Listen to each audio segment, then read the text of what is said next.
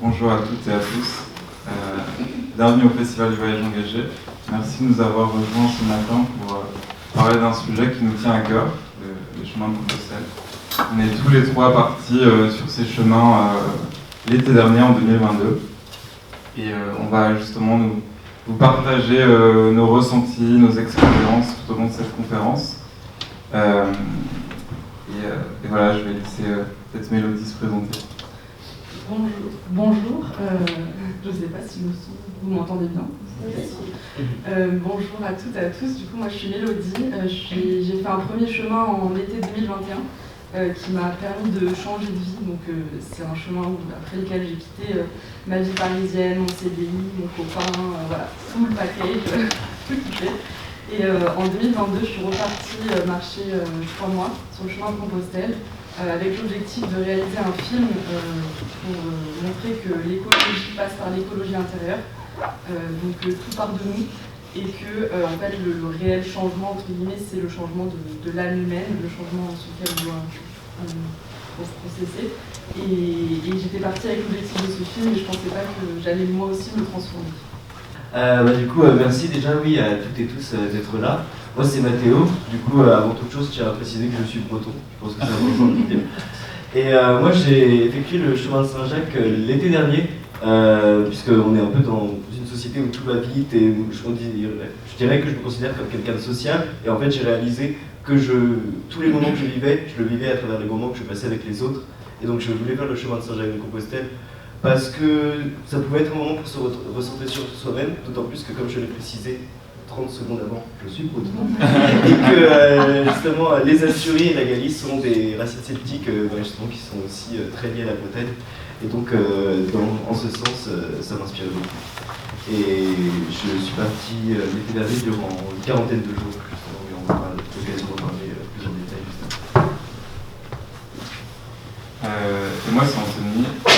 La spécificité c'est que je suis parti en 2021, donc l'année d'avant. Mon chemin s'est fait en 2 fois, du coup à l'été 2021, l'idée c'était que j'avais vraiment besoin de prendre du temps pour moi.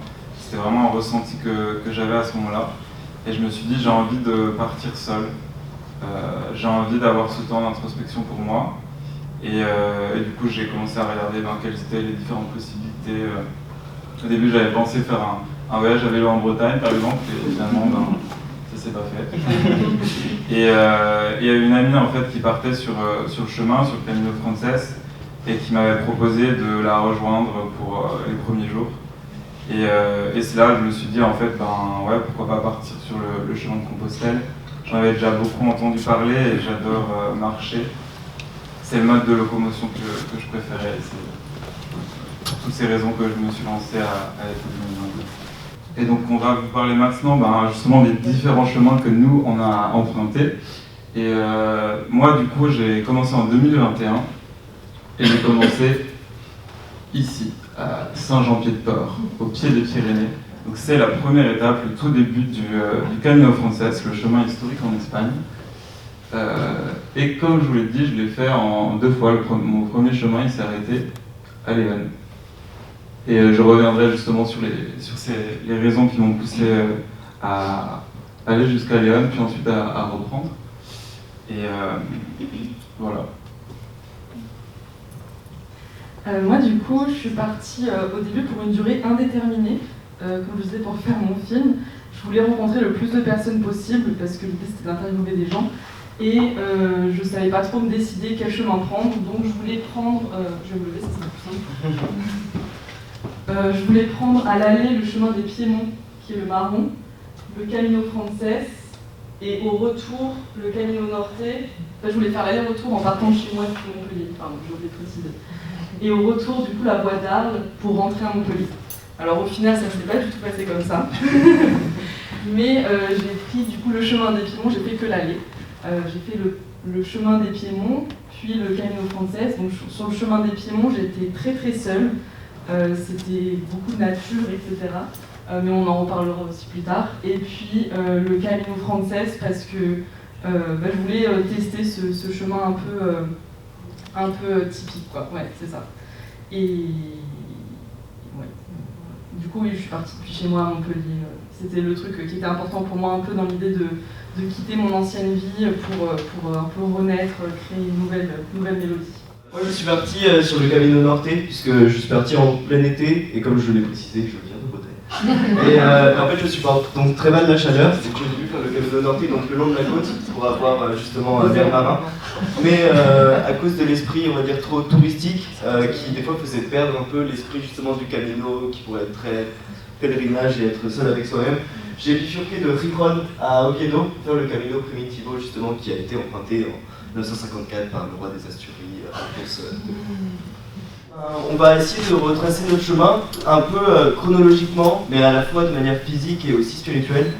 Et donc on va déjà vous parler de nos premiers jours sur le chemin, comment on les a ressentis. À titre d'exemple, le premier jour m'a semblé être 2 semaines.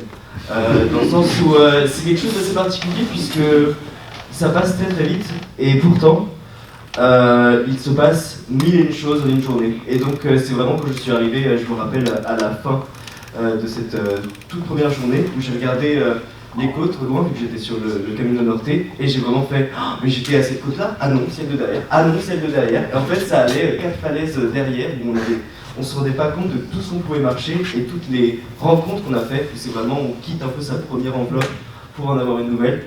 Et pour parler un peu justement de ces premiers jours sur le chemin, j'avais rencontré un Allemand qui avait rencontré des Hollandais sur la plage et qui expliquait un parallèle qui était assez intéressant, qui était un peu en 3 étapes par rapport à l'esprit et au corps. Et en fait, il a expliqué que les premiers jours c'était très compliqué, le sac à dos qui fait mal, les courbatures, etc. Et petit à petit, notre corps s'habitue à cette douleur. Et donc, on s'en soucie plus, ce qui nous laisse de la place pour réfléchir. Et en fait, donc on réfléchit pas tant que ça, puisqu'on va plutôt se vider la tête, et en fait, évacuer un peu ce qui nous stresse au quotidien, etc. Pour au final arriver à cette 3e étape, ce qui fait qu'on ne pense plus, mais les idées viennent à nous, et en général des idées nouvelles, qui nous permettent de nous reconnecter justement avec nous-mêmes, ce qui est quelque chose d'assez incroyable en tout cas. Et j'ai vraiment ressenti ça au fil des jours de ces évolutions. Voilà un petit peu pour mes premiers jours. Et en termes de journée type, justement, pour vous parler un peu, moi justement je l'ai effectué comme je le disais en auberge, couvent, monastère, chez l'habitant, ferme. Et donc vraiment avec toujours l'idée de rencontrer des gens. Et pour parler de journée type, comme le disait Anto, c'était un petit peu réveil aux aurores vers 6h du matin, ou voire plus tôt, pour vraiment échapper à la chaleur, puisque l'été fait très chaud. Et après marcher, faire de multiples pauses, rencontrer des gens, discuter. Arriver assez tôt aux auberges, mine de rien. Les gens avaient la particularité de laisser leurs sacs le long du mur quand les auberges n'étaient pas ouvertes et partaient boire un coup. Donc il y avait une trentaine de sacs qui étaient le long d'un mur sans personne et c'était pas grave en fait, et c'était très bien, les gens prenaient un café à côté. Et après c'était vraiment la routine de se laver, laver ses fringues pour les mettre à sécher via les multiples pinces à linge. Et après, par exemple, écrire dans son carnet de voyage, visiter, ça peut être plein de choses. C'était un petit peu, on va dire, le schéma classique qui se répétait, sachant qu'en Espagne surtout, il y a des sortes, dans beaucoup d'auberges, on va dire, couvre-feu, extraction des feux à 22h, pour qu'il n'y a pas une grosse fête alors que les gens se lèvent à 5h du matin. Donc c'était un petit peu cette routine, bien sûr chaque journée est différente, mais c'était un petit peu les similitudes qu'on pouvait observer dans les journées type d'auberge. Et moi je suis partie en autonomie, je ne sais pas si je l'ai dit au début, mais je suis partie en autonomie, donc en tente, bivouac, tente, avec mes réserves de nourriture, etc. Les premiers jours, je suis partie du coup de Montpellier, donc en pleine canicule l'été dernier. Les premiers jours donc étaient vraiment sous le signe de la canicule.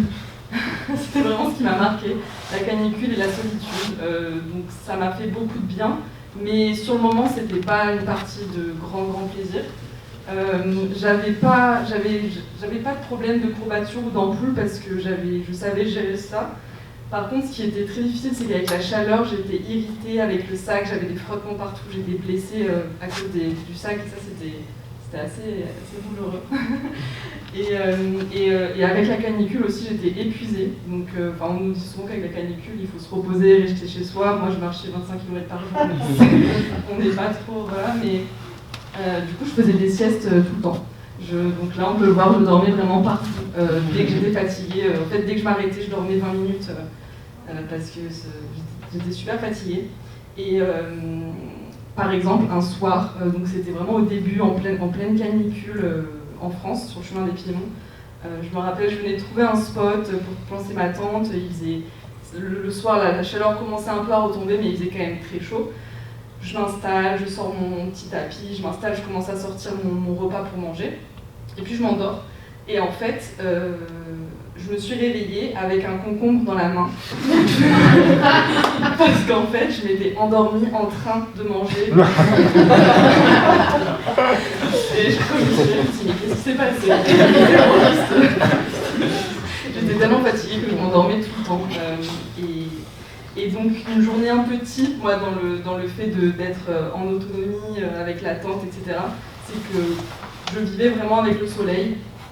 Donc quand il faisait très chaud, je pouvais partir un petit peu avant le lever du soleil, mais en général, je partais vers 7-8 heures avec le soleil. Je faisais des pauses dans la journée assez longues. Et je m'arrêtais, en fait, soit quand je trouvais un super spot et qui me plaisait, soit si j'avais plein d'énergie, je pouvais marcher jusqu'à 7h du soir. Donc au début, j'étais hyper stressée si à 15h j'avais pas trouvé un spot pour planter ma tente. Et puis en fait, à force, même si le soir à 20h j'avais pas trouvé, j'étais confiante, je savais que je trouverais un spot. Il y a quelque chose que je voulais dire par rapport à ça. Ah oui, par rapport à la douche. Moi, du coup, c'était pas tous les soirs en rentrant que je me douchais, c'était un peu quand je trouvais de l'eau sur le chemin. Donc là, on va me laver dans une rivière. C'était un peu mon quotidien, mais ça, c'est un super spot de douche. Parce que je vous épargne la photo où je me douche dans un robinet de cimetière ou avec un jet pour les agriculteurs. Dès que je trouvais de l'eau, en fait, dans les lavoirs, ou dès qu'il y avait un lac, enfin vraiment, j'avais toujours mon maillot sur mon sac en train de sécher parce que je savais qu'à tout moment, je pouvais trouver un spot d'eau et aller me laver. Donc c'était un peu... Et du coup, un peu moi, mon premier apprentissage que je retire de ces premiers jours, c'était par rapport à ce que je vous disais sur les spots, trouver un spot pour planter ma tente ou pour dormir. C'est que à la fin, j'avais vraiment confiance que j'allais trouver un spot et ça m'a vraiment... Pardon ? Vous avez l'esprit, quoi. Oui, c'est ça. Et en fait, une histoire qui m'est arrivée, c'est qu'un jour, j'étais installée j'avais posé ma tente dans un champ, mais il était déjà tard, il devait être déjà à 19h30, ce qui était assez tard parce que il y a un moment où il faut quand même aller se coucher pour se reposer, pour repartir le lendemain matin. Donc je voulais pas non plus planter ma tente à 22h. Et j'avais planté ma tente dans un terrain qui était privé, ce que je fais jamais d'habitude, mais là j'étais épuisée. Je savais qu'il y avait des barrières, je savais que c'était privé, mais c'était quand même ouvert, donc je m'étais dit, bon, sur un malentendu, je peux dire que je pensais que c'était pas privé. Et rien n'allait sur ce terrain, vraiment, je m'étais posée là, mais il n'y avait rien qui me plaisait, les herbes étaient hyper hautes, je galérais à planter ma tente, la terre était hyper dure, donc je pouvais pas enfoncer les sardines, il y avait des moustiques dans l'air, enfin, il y avait vraiment rien qui me... Je me sentais pas bien, je ne voyais pas au large, donc je me sentais étouffée. Et il y a ce qui a fait un peu la goutte d'eau qui a fait déborder le vase, c'est le cas de le dire, c'est que j'ai renversé ma bouteille d'eau sur mon matelas. Et là, ça m'a vraiment saoulée. J'ai pris mes clics et mes claques, j'étais à moitié en pyjama, décoiffée, enfin j'étais pas du tout en état de marcher. J'ai pris mes clics et mes claques, mes affaires, genre j'avais mon matelas sur une épaule, le sac sur l'autre, et je fais n'importe comment. J'avais les chaussures à moitié mises et je suis repartie, j'étais saoulée. Et en fait, au bout de 100 mètres, même pas, enfin j'arrive au village. Et là, je rencontre un monsieur qui était donc la première personne avec qui je rencontre. Je lui demande, excusez-moi, je suis un peu dépitée, est-ce que vous savez pas où je pourrais planter ma tente? Et il me montre, donc vraiment là. Là, en fait, c'est mon terrain, donc vous pouvez vous y mettre. Et c'était un terrain immense avec des grands arbres, donc de l'ombre pendant la canicule, et une rivière.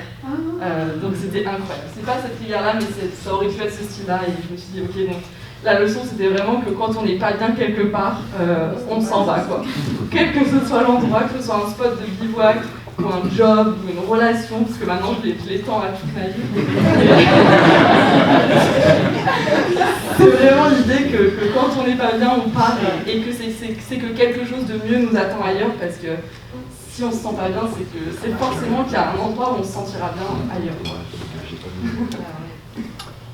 Et même pour parler aussi un peu de ces premiers apprentissages du chemin, ça peut paraître hyper bateau, mais partager c'est sympa. Et en fait, quand on vous disait justement le plus, enfin le moins c'est plus, je me rappelle c'était à Cobreses, et je marchais, donc comme tous les jours.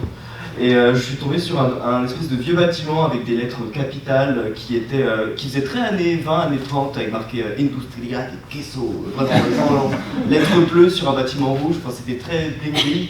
Et j'arrive, je rentre parce que j'étais un peu intrigué, et ça faisait vraiment un espèce de petit comptoir un peu miteux, avec 3 bouts de fromage dans un étalage qui était grand comme ça. Et du coup, je discute avec la personne. Bon, désolé, j'ai pas parlé de la Bretagne avec lui parce que c'était vraiment chouette. Et en fait, de fil en aiguille, j'ai vu qu'il y avait une tonne de vaches qui était immense et c'était peut-être 1 kilo. Et je me suis dit, eh ben, je le prends. Et en fait, on a des sacs. Et c'était un peu compliqué. Et du coup, en fait, ça me faisait trop mal de marcher. Du coup, je me suis posé à la plage. Je me mettais juste à côté de la route où passaient les pèlerins. J'étais du coup tranquillement dans le sable avec une bière, mon kilo de fromage, mon couteau suisse, je coupais des bouts de fromage à tous les pèlerins qui passaient. Et du coup c'était trop drôle parce que le soir j'ai retrouvé certains de ces pèlerins, et du coup on s'est retrouvés au bar et on s'est retrouvés en fait autour de ce fromage puisque là la moitié de ce kilo a été utilisé et on l'a fini tous ensemble avec d'ailleurs même les maîtres, les patrons et patronnes du bar qui nous ont accueillis, qui nous ont fait « Mais oui, prenez un grand couteau !» On avait un couteau comme ça pour couper le fromage pour tous les pèlerins. Et juste de cette chose hyper simple, en fait, est devenu un truc beaucoup plus grand que nous, qui était assez incroyable. Donc, très très chouette. Est-ce que vous connaissez la fable du lièvre et la tortue? Moi je suis le lièvre. En fait, du coup, mon chemin en 2021, j'ai commencé...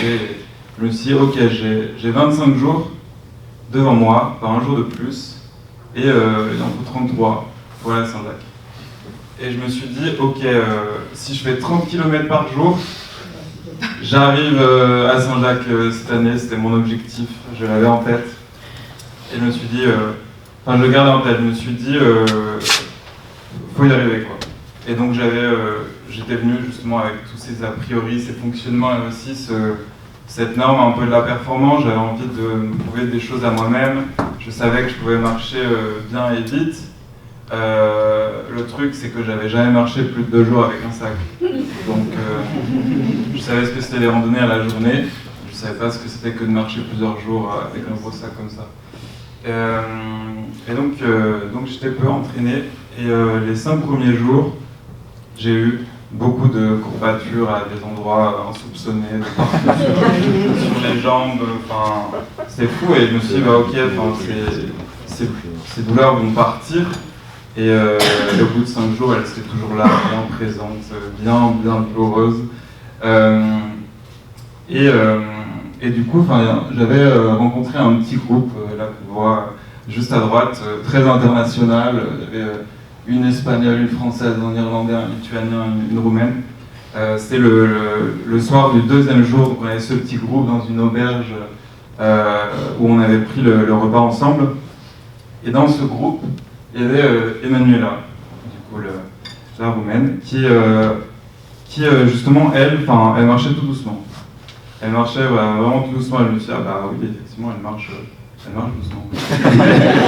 Et ce petit jugement, en fait, juste intuitif, juste de dire, oui, effectivement. Mais, et du coup, en fait, la particularité, c'est qu'elle marchait effectivement à son rythme.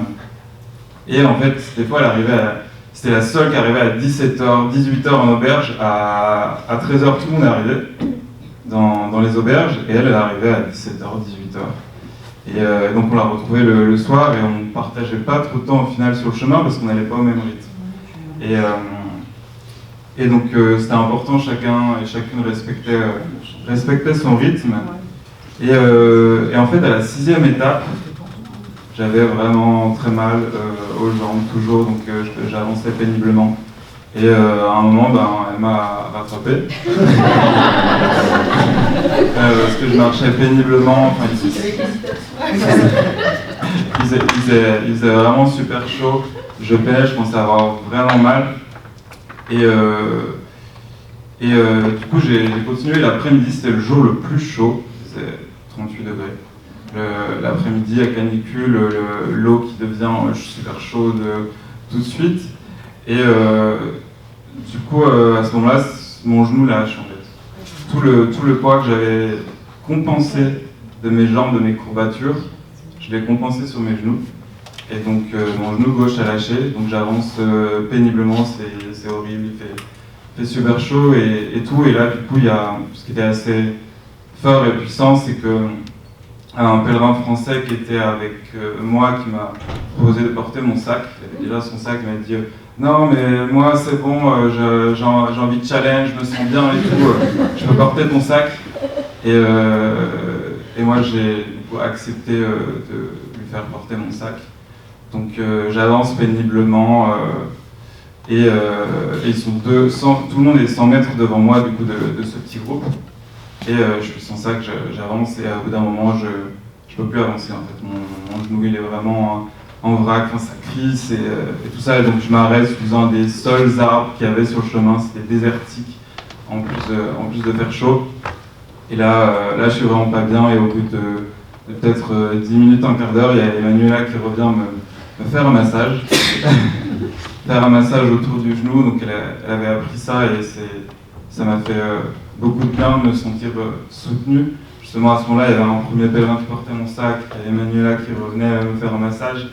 Et après, il y a Colum, l'Irlandais, qui revient me passer sa genouillère, qui faisait des Ironman. Souvent, il avait sa genouillère. En fait, sans cette genouillère, j'arrivais pas à l'auberge. Donc, c'est l'accumulation de ces 3 aides qui m'a permis d'arriver jusqu'à l'auberge. Et 2 jours plus tard, au final, je m'arrête au bout de 12 km, mon genou est enflé.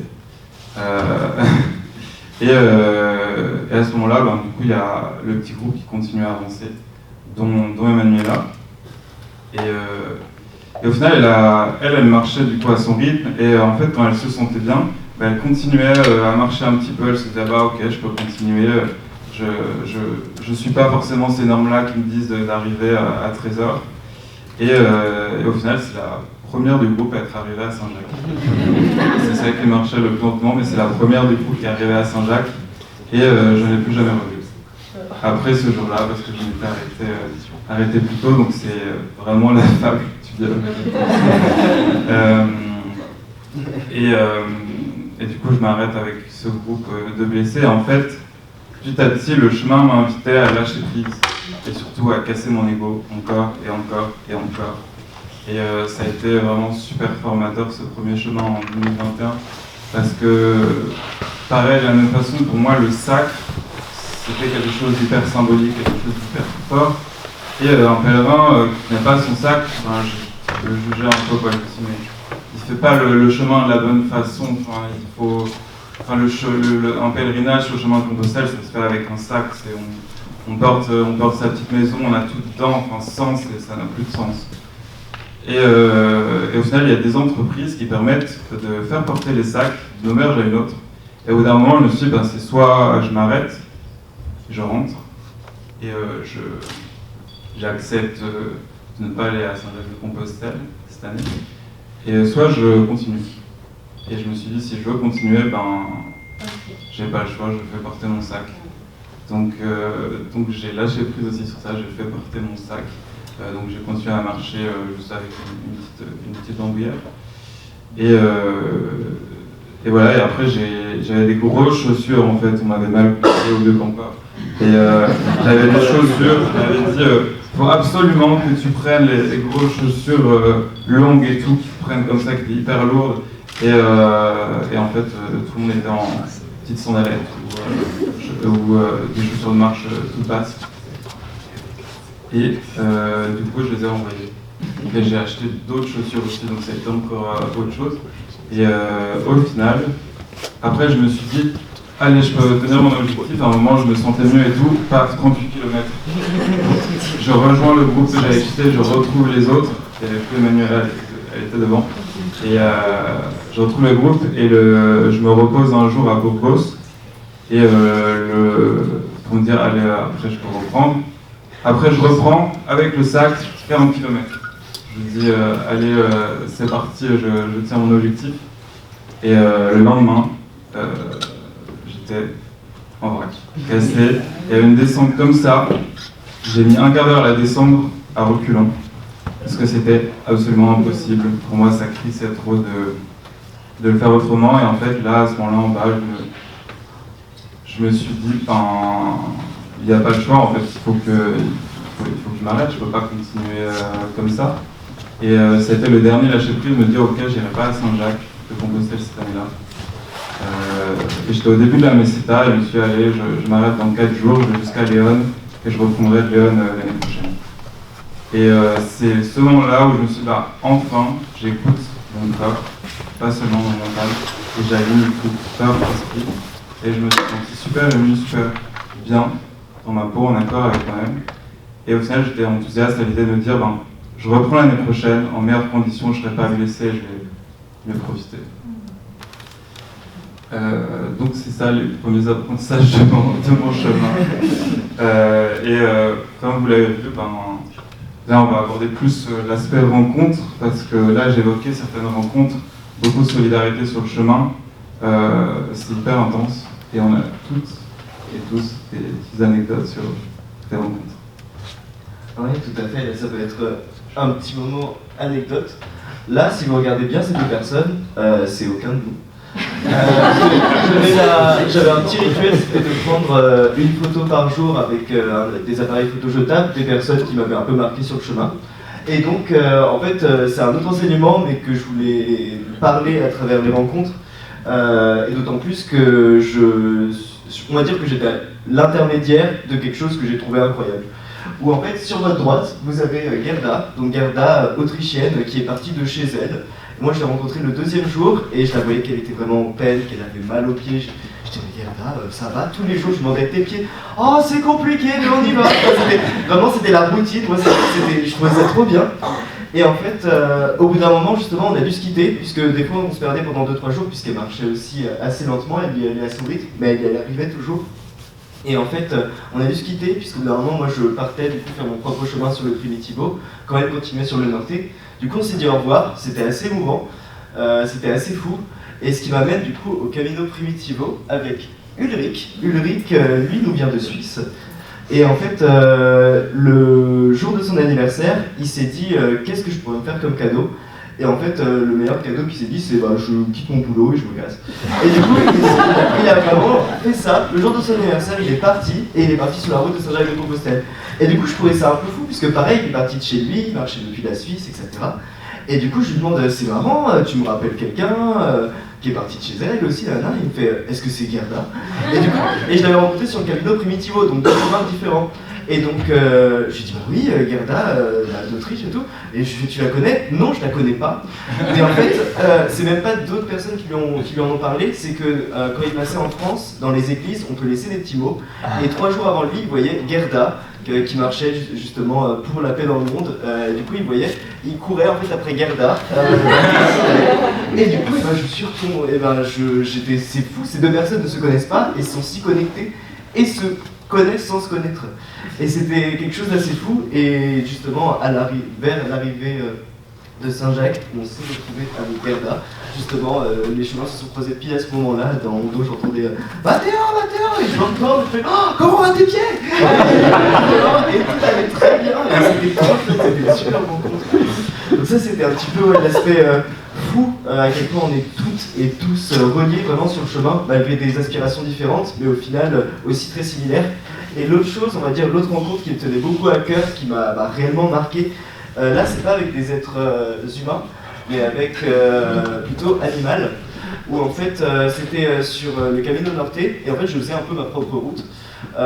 Et j'ai quitté le chemin pour aller sur la côte, et j'ai croisé un berger avec son chien et sa chèvre. Et en fait, on s'est croisés comme ça. Et du coup, en fait, on s'est regardé. Et en fait voilà, elle m'a suivi comme ça pendant 4 km. Pendant un je l'appelais Kesso, c'était vraiment, je me retournais et elle se retournait, elle m'attendait comme ça. Et du coup je me dis bon on y va, et on y retournait. Et du coup au bout d'un moment j'étais un peu paniqué, puisque autant on était à la campagne que du coup le berger on n'avait plus rien à faire puisqu'il était déjà parti. Et qu'on arrivait dans un petit village, du coup je demandais à tout le monde est-ce que vous connaissez le berger? Est-ce que vous connaissez le berger? C'était que des touristes. Et donc il y a un papy là qui passait, qui en fait lui fait le même chemin, les 20 km tous les jours depuis 2-3 ans, et du coup il marche avec des pèlerins différents tous les jours. Et là, en l'occurrence, du coup, il était à suis-moi, et du coup, on marchait, le papy, la chèvre, Kesso et moi. Et au bout d'un moment, Kesso, justement, allait paître naturellement vers un champ, et c'était tout naturel, et c'était comme un au revoir, en mode on se reverra sûrement pas, mais c'était un moment trop chouette, quoi. C'était assez incroyable. Merci Mathéo. C'est pas la première fois que j'entendais, mais c'est toujours franchement, c'est trop mignon. Moi, c'est vrai que pour les rencontres, choisir une rencontre, en 3 mois, j'ai eu du mal à choisir quelle rencontre m'avait le plus marqué. Et il y a quelque chose qui m'a un peu sauté aux yeux, c'est que j'ai réalisé que ma plus belle rencontre, c'est de m'être rencontrée moi-même. C'est parce qu'avec tout ce silence et cette solitude, ça m'a permis d'aller creuser au plus profond de moi, de faire sortir toutes ces émotions, d'être confrontée à toutes mes croyances limitantes, tous mes conditionnements, toutes mes peurs aussi. Tout est ressorti, puissance 10, et je l'ai laissé sortir. Et en le laissant sortir, du coup, c'est un peu comme si j'avais eu un nettoyage, un gros nettoyage, en enlevant des couches. Alors il y en a encore plein à enlever, mais déjà à ce moment-là, j'en enlevais pas mal. Et ça m'a permis de me trouver moi et de retrouver, je dirais, un peu l'enfant intérieur en moi, la petite mélodie et presque la pureté de mon cœur duquel je m'étais déconnectée avant. Et de me reconnecter à cette part de moi qui je pense, qu'on a tous en nous, cette part de vulnérabilité, de sensibilité, je pense celle qu'on vous offre aussi aujourd'hui. Et moi, c'est vraiment cette part, me reconnecter à cette part-là qui m'a beaucoup touchée, c'est quand je me suis rendu compte que j'ai rencontré des personnes incroyables, et c'est aussi toutes ces rencontres qui m'ont permis de me rencontrer moi. Mais si je me rencontre pas moi, les autres, ça sert à rien. Et c'est une fois que je me rencontre moi que les autres, ça peut être que du bonus, que des paillettes, que du petit peps. Et une fois mais le plus important c'est moi, et c'est pareil pour chacun de vous, le plus important c'est vous, et les autres c'est que du plus en fait. Mais il y a quand même quelques rencontres dont je voulais vous parler, parce que sans ces rencontres-là, je n'aurais pas pu non plus arriver à me trouver moi. Toutes les personnes qui m'ont marqué, c'est des personnes que j'ai interviewées et qui seront dans mon film dans tous les cas. Mais là, il y en a 2 dont je voulais vous parler. La première, c'est Nia. Nia, c'est une artiste qui vit à Castrojeris, dans un lieu qu'elle a créé qui s'appelle Espacio Interior. En fait, c'est sa maison, c'est son lieu de vie. C'est aussi son atelier d'artiste. Elle en a aussi fait un lieu de recueil, un lieu de méditation. Elle permet aussi c'est aussi un lieu où on peut dormir si on le souhaite. C'est pas un gîte, mais on peut dormir. Moi, j'ai dormi sur un lit de méditation. Et en fait, Nia, c'est une artiste. Je l'ai interviewée. La première chose qu'elle m'a dit, c'est le matin, quand je me réveille, la première chose que je fais, c'est que j'ouvre ma porte aux autres. La porte de sa maison. Et moi, j'ai trouvé ça incroyable. Je me suis dit, waouh, ok, genre la porte de sa maison, donc pour moi, c'est aussi la porte de son cœur. Elle ouvre la porte de son cœur, elle s'ouvre aux autres. C'est le premier truc qu'elle fait. Et le fait qu'elle soit une artiste, qu'elle en vive de manière très modeste, mais elle en vit. Elle est hyper heureuse, elle vit dans la lenteur, dans la simplicité. Moi, ça m'a permis de me reconnecter à cette part de moi de lenteur. C'est quelque chose, tu parlais du lièvre et de la tortue. Moi, j'ai toujours été la tortue. Et je le vivais mal, les gens comme ça. Là, les gens comme ça, mais je veux dire, c'est vrai qu'on ressent on ressent un speed dans la société. Et pour moi, ça a toujours été difficile parce que je sens bien que je suis plus lente dans certaines actions, dans des mouvements et tout.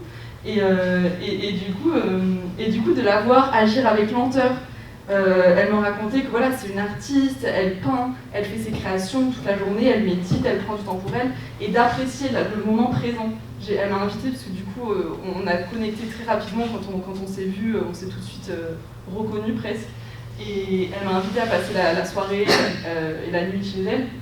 Donc on a dîné ensemble, et au dîner, j'étais assez impressionnée. Encore une fois, c'était la première fois que je voyais quelqu'un qui était autant connecté à l'instant présent et autant dans l'acceptation de tout ce qui est en fait. Juste accepter l'instant tel qu'il est et que tout est parfait à cet instant, quoi. Donc c'est vrai que cette rencontre, elle m'a vraiment marquée parce que je me suis dit que moi aussi j'étais comme ça et j'avais cette part d'artiste en moi, cette part de lenteur et que c'est ok, quoi. Donc ça m'a beaucoup inspirée à me reconnecter à cette part de moi. Et la deuxième rencontre dont je voulais vous parler, c'est ah mince. Hop. C'est Gabriel. Donc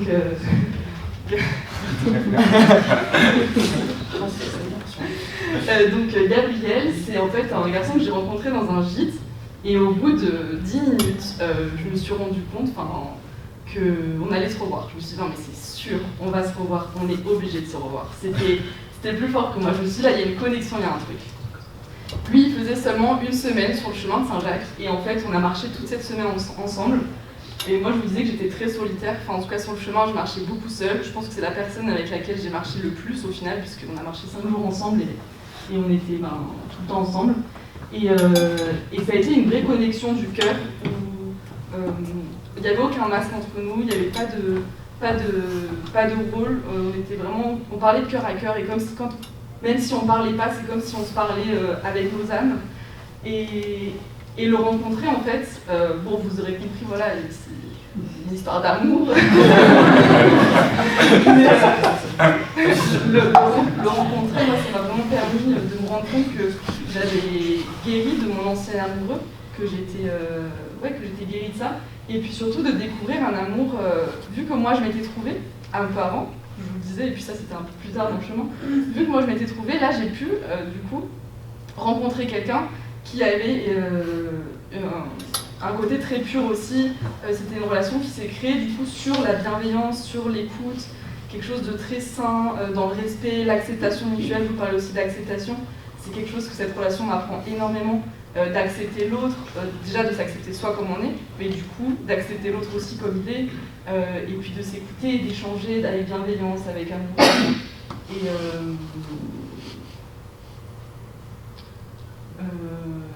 je sais plus ce que je voulais dire.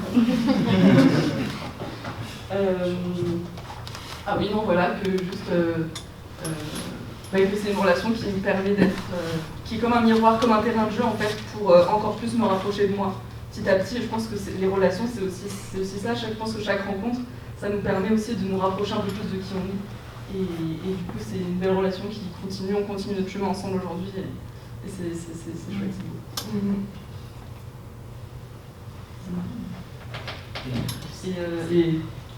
Ouais. Anto, tu veux nous raconter un peu ton marqué? Carrément. Alors, du coup, moi, je vais vous raconter 2 rencontres très inspirantes sur mon chemin en 2022.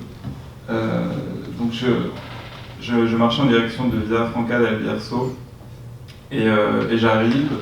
Et je vois cette auberge qui me paraissait super authentique, qui avait une démarche de sobriété et tout. Et je me suis dit, souvent en fait il y a des applications qui mettent des notes sur les différentes auberges, etc. Et je me suis dit, c'est pas la de noter et tout, toujours c'est a priori là. Et là je me suis laissé justement porter par l'intuition, je me suis fait détache-toi en fait de ces notations et tout qu'on a, parce qu'on est, on utilise beaucoup trop ça dans la vie, c'est super normé. Elle m'a tiré, je me suis dit, let's go, je vais dans cette auberge. Et elle était magnifique, elle était toute faite de pierre et de bois, comme ça. Je ressentais en fait que cette auberge était puissante, il y avait quelque chose qui s'y passait. Et donc au début de l'après-midi, en fait, je remarque qu'il y a un truc étrange qui se passe, parce qu'il y a un groupe qui commence à arriver avec des caméras. Et je me dis, ok, qu'est-ce qui se passe et tout. Et en fait, il venait pour filmer du coup, l'auberge, mais aussi surtout pour interviewer Jesus Rato, qui est juste ici à droite, qui est vraiment un personnage emblématique du chemin. Donc du coup, il commence à filmer l'interview ici. Donc c'était assez drôle parce qu'en fait, nous, on n'avait pas du tout été prévenus. Hein. Ils venaient comme ça, les pèlerins se demandaient qu'est-ce qui se passait. On entendait une langue étrangère qu'on ne connaissait pas, on ne comprenait pas quelle était la langue. Et en fait, on a vite compris que c'était des Russes donc, qui étaient venus là pour faire un documentaire sur le chemin de Compostelle. Donc on comprenait qu'en fait, une partie du documentaire était tournée là, sous nos yeux. Et donc il y avait cette interview-là, et au final, j'en ai appris plus justement le soir lors du repas, parce que j'ai pu parler justement à la présentatrice russe qui devait avoir à peu près 25 ans, et lors de l'interview, elle exagérait un peu tout, ses expressions et tout. C'était super drôle, c'était super maniéré. Je me suis dit, ouais, c'est un peu superficiel, c'était un peu ce qu'on se disait avec les autres pèlerins. Et au final, le fait de lui parler m'a permis de comprendre un peu plus sur la genèse justement de ce documentaire. Et en fait, elle m'expliquait que on était en pleine guerre, on l'est toujours d'ailleurs, entre l'Ukraine et la Russie. Et elle a fui au début de la guerre la Russie pour s'installer au Portugal parce que elle n'était pas du tout d'accord avec cette guerre. Et elle m'expliquait justement que c'était une guerre vraiment fratricide parce que sa mère est ukrainienne. Et en fait, en Russie comme en Ukraine, il y a plein de personnes qui ont des familles justement dans les deux côtés. Et elle ne pouvait pas accepter ça. Et justement, elle avait considéré aussi, est-ce que je continue à être présentatrice pour la télé russe, parce que c'est présentatrice pour la télé, une chaîne de télé nationale russe. Et elle s'est dit, j'ai la possibilité de faire ce documentaire, est-ce que je le fais Et là, en fait, elle a réfléchi, elle a dit, au final, c'est un projet qui me tient vraiment à cœur, parce que je peux avoir cet impact positif pour la population russe, au milieu des propagandes télévisées de Poutine. Elle dit, en fait, j'ai envie de faire ce documentaire sur Compostelle, parce que j'ai envie justement de permettre à la population russe de pouvoir voir d'autres manières de vivre, de pouvoir connaître ce chemin de Compostelle. Et du coup, sur le moment, ça a été très fort, parce que on voit le truc au début un peu maniéré, on dit c'est un peu superficiel, et en fait quand on comprend toute la démarche derrière, on rentre dans l'intimité de la personne, et du coup elle continue à être journaliste pour la télé russe depuis le Portugal, pour ces raisons-là.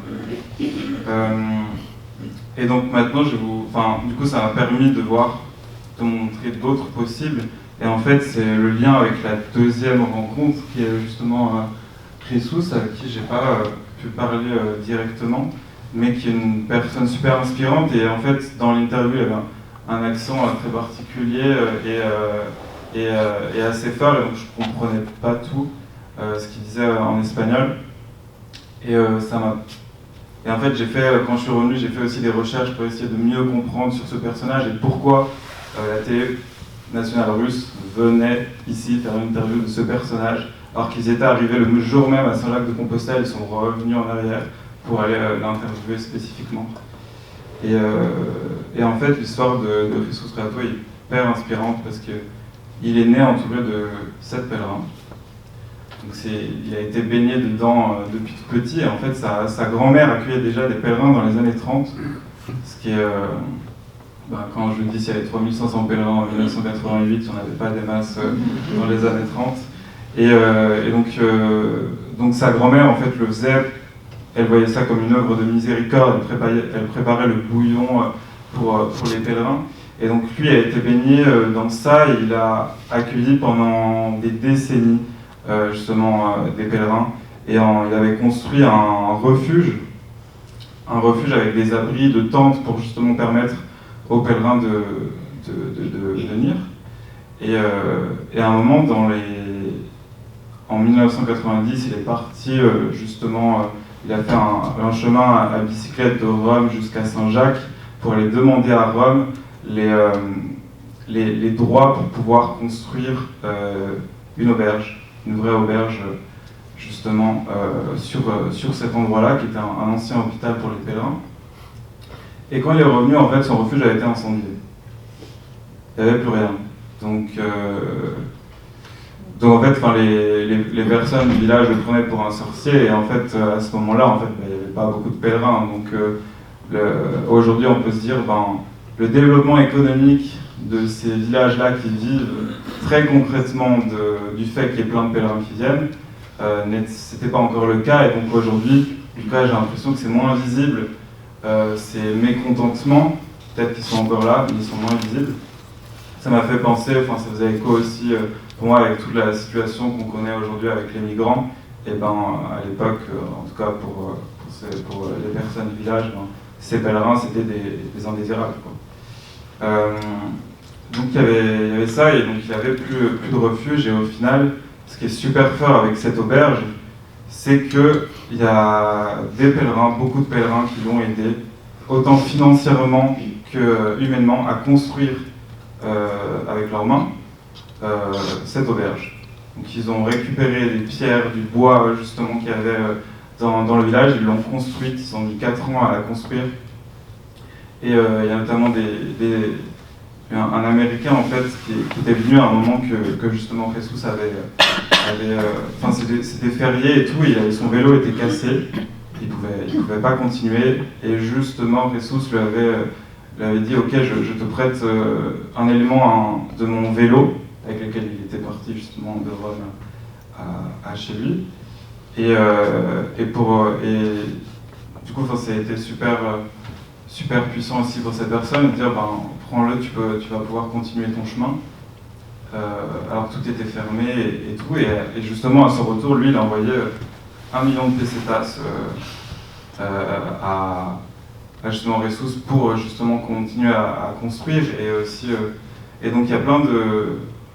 cette auberge a été construite vraiment par des pèlerins, et c'est pour ça aussi qu'elle est puissante, et en fait aujourd'hui c'est l'auberge la plus vieille de tout le chemin historique, construite à la fin des années 90, donc pour dire à quel point aussi elle est puissante, ce lieu est puissant, et ce personnage est puissant.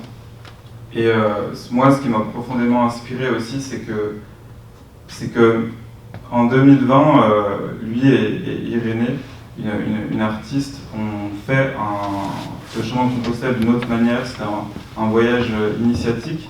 Ils l'ont fait à l'époque du Covid, donc il n'y avait personne qui le faisait, pas grand monde. Ils sont partis en octobre avec l'idée d'arriver à Noël, à Saint-Jacques. Et ils sont partis avec une charrette menée par un âne. Et en fait, sur le chemin, ils avaient des châtaignes dans leur charrette, il y avait des poivrons qui venaient du jardin justement de Ressus. Et du coup, en fait, à chaque fois, ils demandaient justement l'hospitalité à des auberges qui étaient quasiment toutes fermées. Ils échangeaient justement ces châtaignes et ces poivrons contre pour cette hospitalité-là.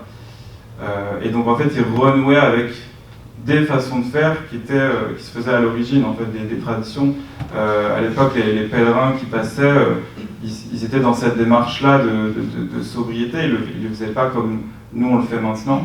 Et justement, ils échangeaient ce qu'ils avaient avec eux, ils échangeaient aussi avec la population locale, alors qu'aujourd'hui, la réalité, c'est que c'est très touristique, c'est devenu extrêmement commercial.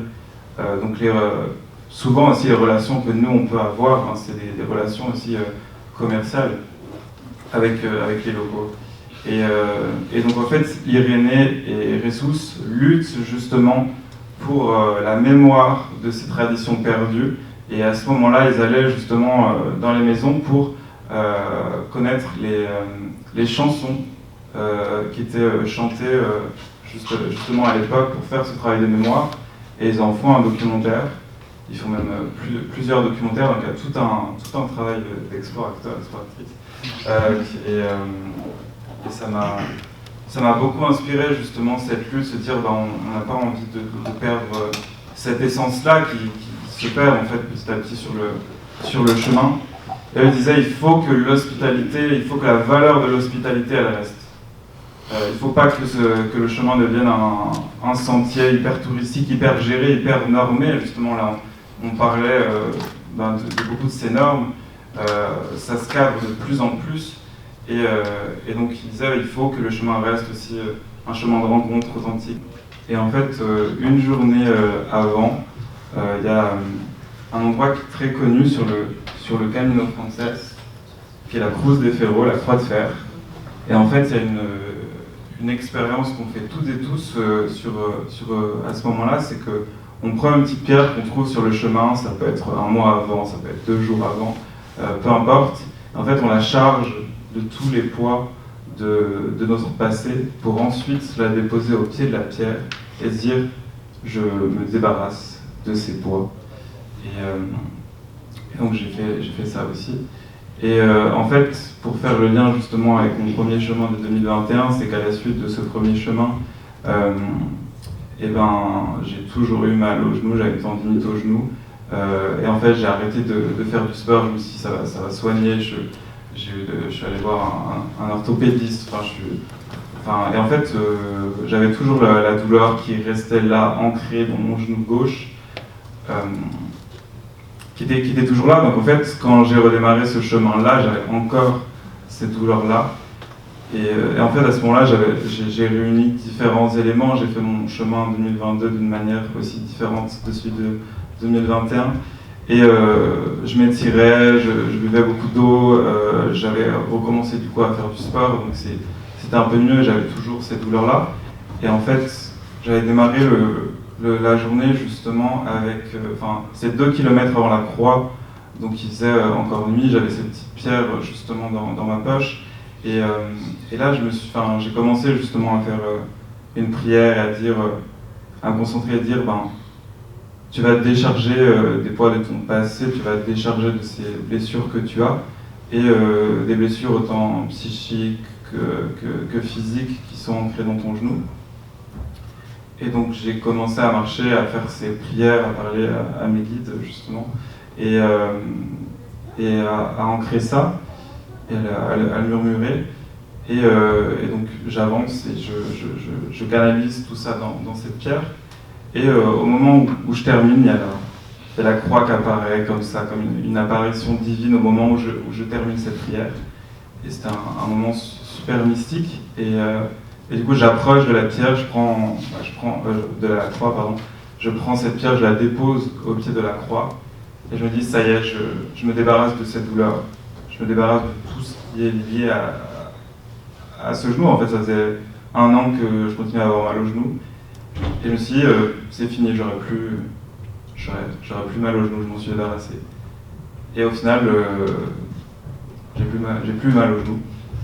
Et je n'ai plus mal au genou gauche, donc j'ai laissé tout ça vraiment à ce moment-là. Merci, Tom. C'était une belle histoire, même des belles histoires en soi. Pour continuer un peu sur cette idée de spiritualité, moi j'ai envie de vous partager une histoire que je trouvais assez folle et chargée aussi émotionnellement, qui était sur le Camino Norte, dans le tout petit village de Güemes. Et il n'y a quasiment rien, sauf l'auberge de l'Abuelo Peuto. Et en fait, cette auberge est incroyable, dans le sens où Ernesto a créé une sorte de village de pèlerins, mais chez lui. En fait, c'est pour parler un peu de cette personne, c'est en fait quelqu'un qui est né dans une famille très très pauvre, famille très nombreuse, très croyante, a commencé par devenir prêtre dans les montagnes au plein milieu de la pampa espagnole, pour après en fait, il voulait parcourir le monde et donc l'a effectué de plein de manières différentes, à travers plein d'endroits différents, pour au final se dire, mais en fait j'ai quand même quelque chose qui m'attache. J'ai vraiment envie de retourner là où tout a commencé, et donc il est retourné là où il habitait, pour en fait fonder justement cette auberge, qui s'appelle du coup l'Albergue del Abuelo Peuto, puisqu'en fait, justement, Abuelo pour grand-père, son grand-père était Peuto, et il voulait lui rendre hommage. Et de fait, ce qui est assez fou, c'est qu'on pourrait imaginer des espèces de granges, cases, qui en fait retracent tous ces voyages. Donc en plus de dormir, vous dormez en fait dans une espèce de musée, qui est assez folle, et il accueille enfin, c'est assez hallucinant puisque on dirait vraiment un village chez quelqu'un. On était, pour parler de mon histoire, on était 80 le soir où on y était avec mon frère et ma soeur qui m'avaient rejoint sur le chemin. Et en gros, il a un peu une espèce de tradition, c'est chaque soir, il demande quelles sont les nationalités des personnes, leur âge, les raisons pour lesquelles ils ont fait le chemin, et on se rassemble tous dans une salle un peu similaire de celle-ci, avec plein de coussins, où du coup on est tous en cercle, et en fait il raconte l'histoire que je suis en train de vous conter. Et donc il le fait en espagnol, mais s'assure que tout le monde puisse comprendre, donc il prend quelqu'un qui pourra traduire en anglais, quelqu'un qui pourra traduire en chaque langage, donc ça peut prendre des fois pas mal de temps. Et en fait il nous racontait ça, et donc à ce moment-là, on était donc à peu plus de 80 personnes, de 3 à 87 ans, de 18 nationalités différentes, et en fait il nous racontait toute cette histoire, ce qui était déjà hyper fort, hyper chargé, qui ressemblait presque en fait à une secte joyeuse. C'était assez impressionnant, et on voyait à travers sa bienveillance qu'on ne souhaitait que la diffuser. Et dans son jardin justement, il avait fondé une petite chapelle pour les personnes qui souhaitaient se recueillir, aussi se reposer, avec l'aide de 2 Catalans, un poète et un peintre. Donc cette petite chapelle justement dans son jardin est remplie de peintures et de poèmes où les gens peuvent venir se recueillir et discuter, puisqu'on peut quand même parler dans cette chapelle. Et après, il y avait un grand repas partagé où tout le monde en fait, pouvait mettre la main à la pâte et manger ensemble. Et c'était un moment très très très puissant. Et ce qui est fou en fait, c'est que comme je vous disais au tout départ, Güemes, c'est vraiment au milieu de nulle part. Même si c'est sur le Camino du Norte, et c'est pas pour autant que c'est près de la mer. Donc c'est vraiment dans les terres, il n'y a rien. Et du coup, les autorités de Saint-Jacques-de-Compostelle souhaitaient faire bifurquer le chemin pour plus qu'il ne passe par Güemes. Et Ernesto a réussi à rassembler tellement une communauté de pèlerins qu'en fait, il y a une pétition qui s'est lancée par tous les pèlerins pour que Ernesto reste et que le chemin continue de passer par Güemes.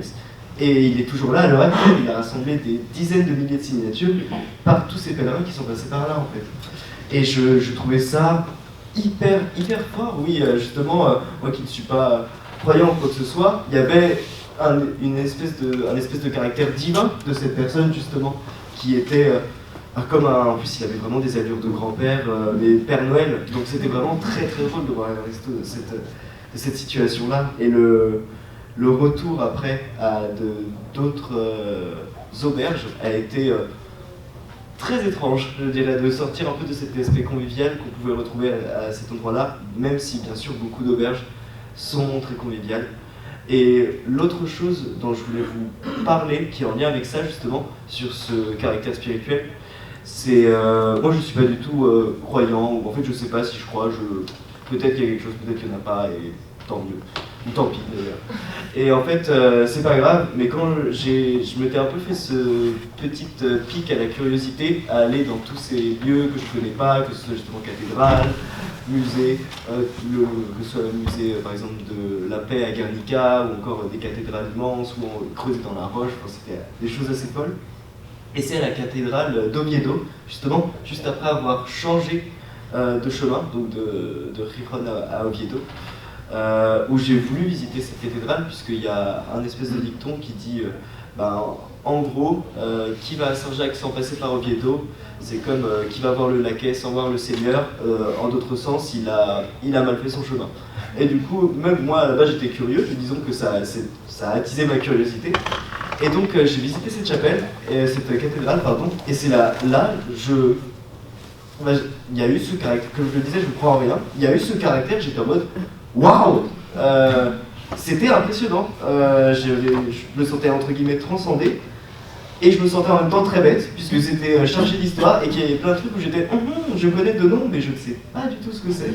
Et c'était assez fou, en fait, justement, de ce caractère, on va dire, très spirituel, terre-à-terre, de normes institutionnalisées que sont la religion, alors en l'occurrence catholique, et était très impressionnante, et du coup j'ai touché le Seigneur, le Christ à ce moment-là, parce qu'il y avait la tradition où les pèlerins devaient toucher justement sa main pour après continuer son chemin. Et ça faisait un peu la deuxième partie du chemin, justement, du Camino, on passait du Camino Norte au Camino Primitivo. Ça faisait un peu, je ne vais pas aller prêcher la bonne parole, mais c'est reparti pour de nouvelles aventures. Et c'était quelque chose d'assez puissant.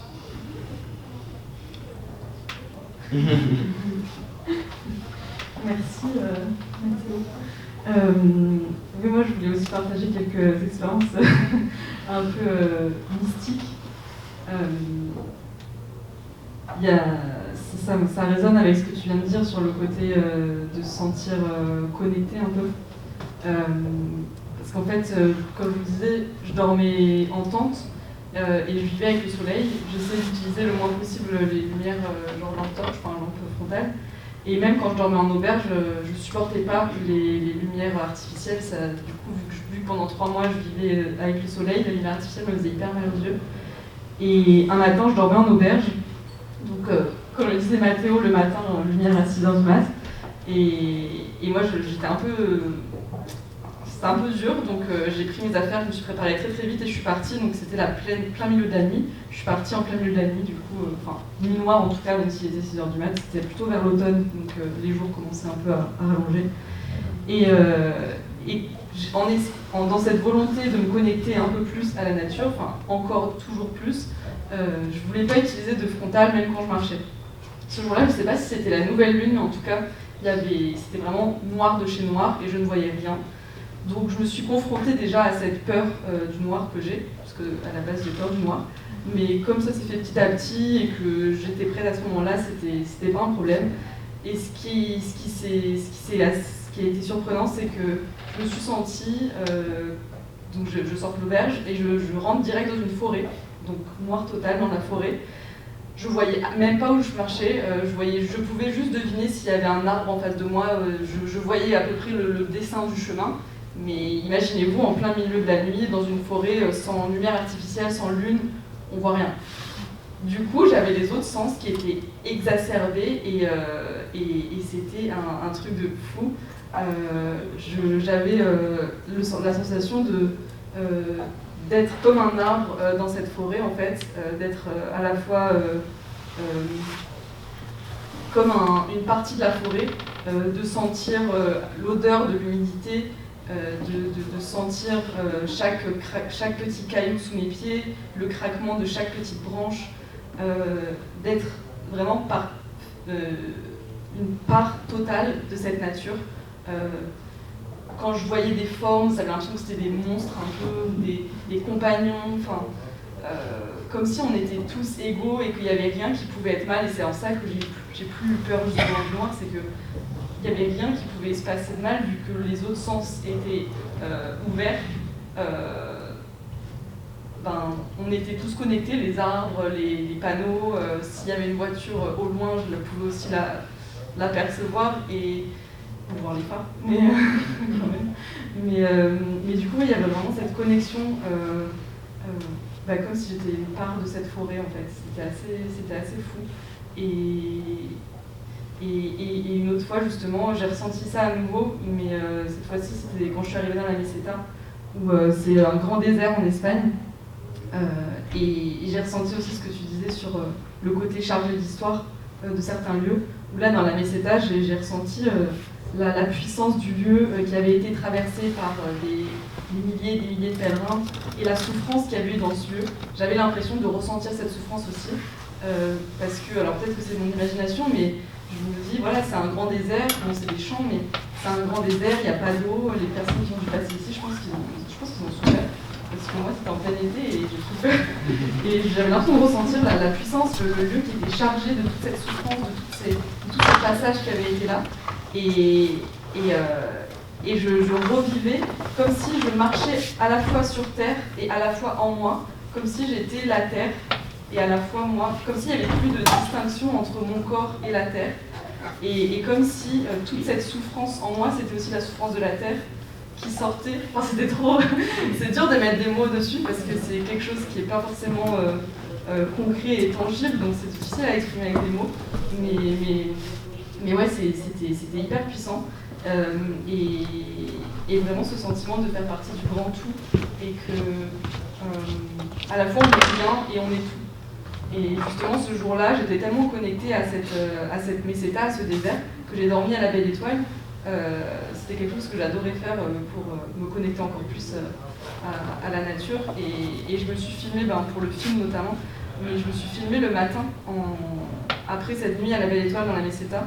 Et je voulais vous partager justement ce petit extrait qui est peut-être plus parlant que moi maintenant, 6 mois après, de vous raconter ça. Cette nuit, c'était ma première nuit en solo à la Belle Étoile. Et je voulais vous partager ça parce que j'ai ressenti un truc de fou malade. Quand on dort dans une tente, déjà on se sent connecté à la nature. Mais alors quand on dort à la Belle Étoile, je vous assure, j'avais le sentiment de faire partie de la terre, de faire partie du sol sur lequel je dormais. J'avais l'impression d'être un buisson parmi tous les buissons autour de moi. J'avais l'impression d'être un caillou parmi les cailloux sur lesquels je dormais. Comme si j'étais vraiment un élément de la terre, un élément du sol, un élément de la nature. Et ça donne une forme d'humilité, ça recentre et ça m'a juste donné envie d'encore plus protéger la nature, d'encore plus respecter cette nature, de faire partie d'elle comme ça. Cette nuit, à un moment, je me suis réveillée, j'étais dans le plus grand des silences possibles, parce que du coup, je suis dans la Meseta là. Et quand j'ai ouvert les yeux et que j'ai vu au-dessus de moi cette voie lactée avec les milliers d'étoiles, et moi j'étais là et j'étais juste spectatrice et je me suis dit mais comment on peut détruire notre planète ? Comment on peut faire autrement que l'aimer en fait, lui donner de l'amour ? C'est comme à nous-mêmes en fait. Comment on peut faire autrement que s'aimer et se donner de l'amour ? Et quand j'ai vu cette voie lactée, je me suis dit ça, je me suis dit mais waouh, cette beauté, cette création, cette beauté, c'est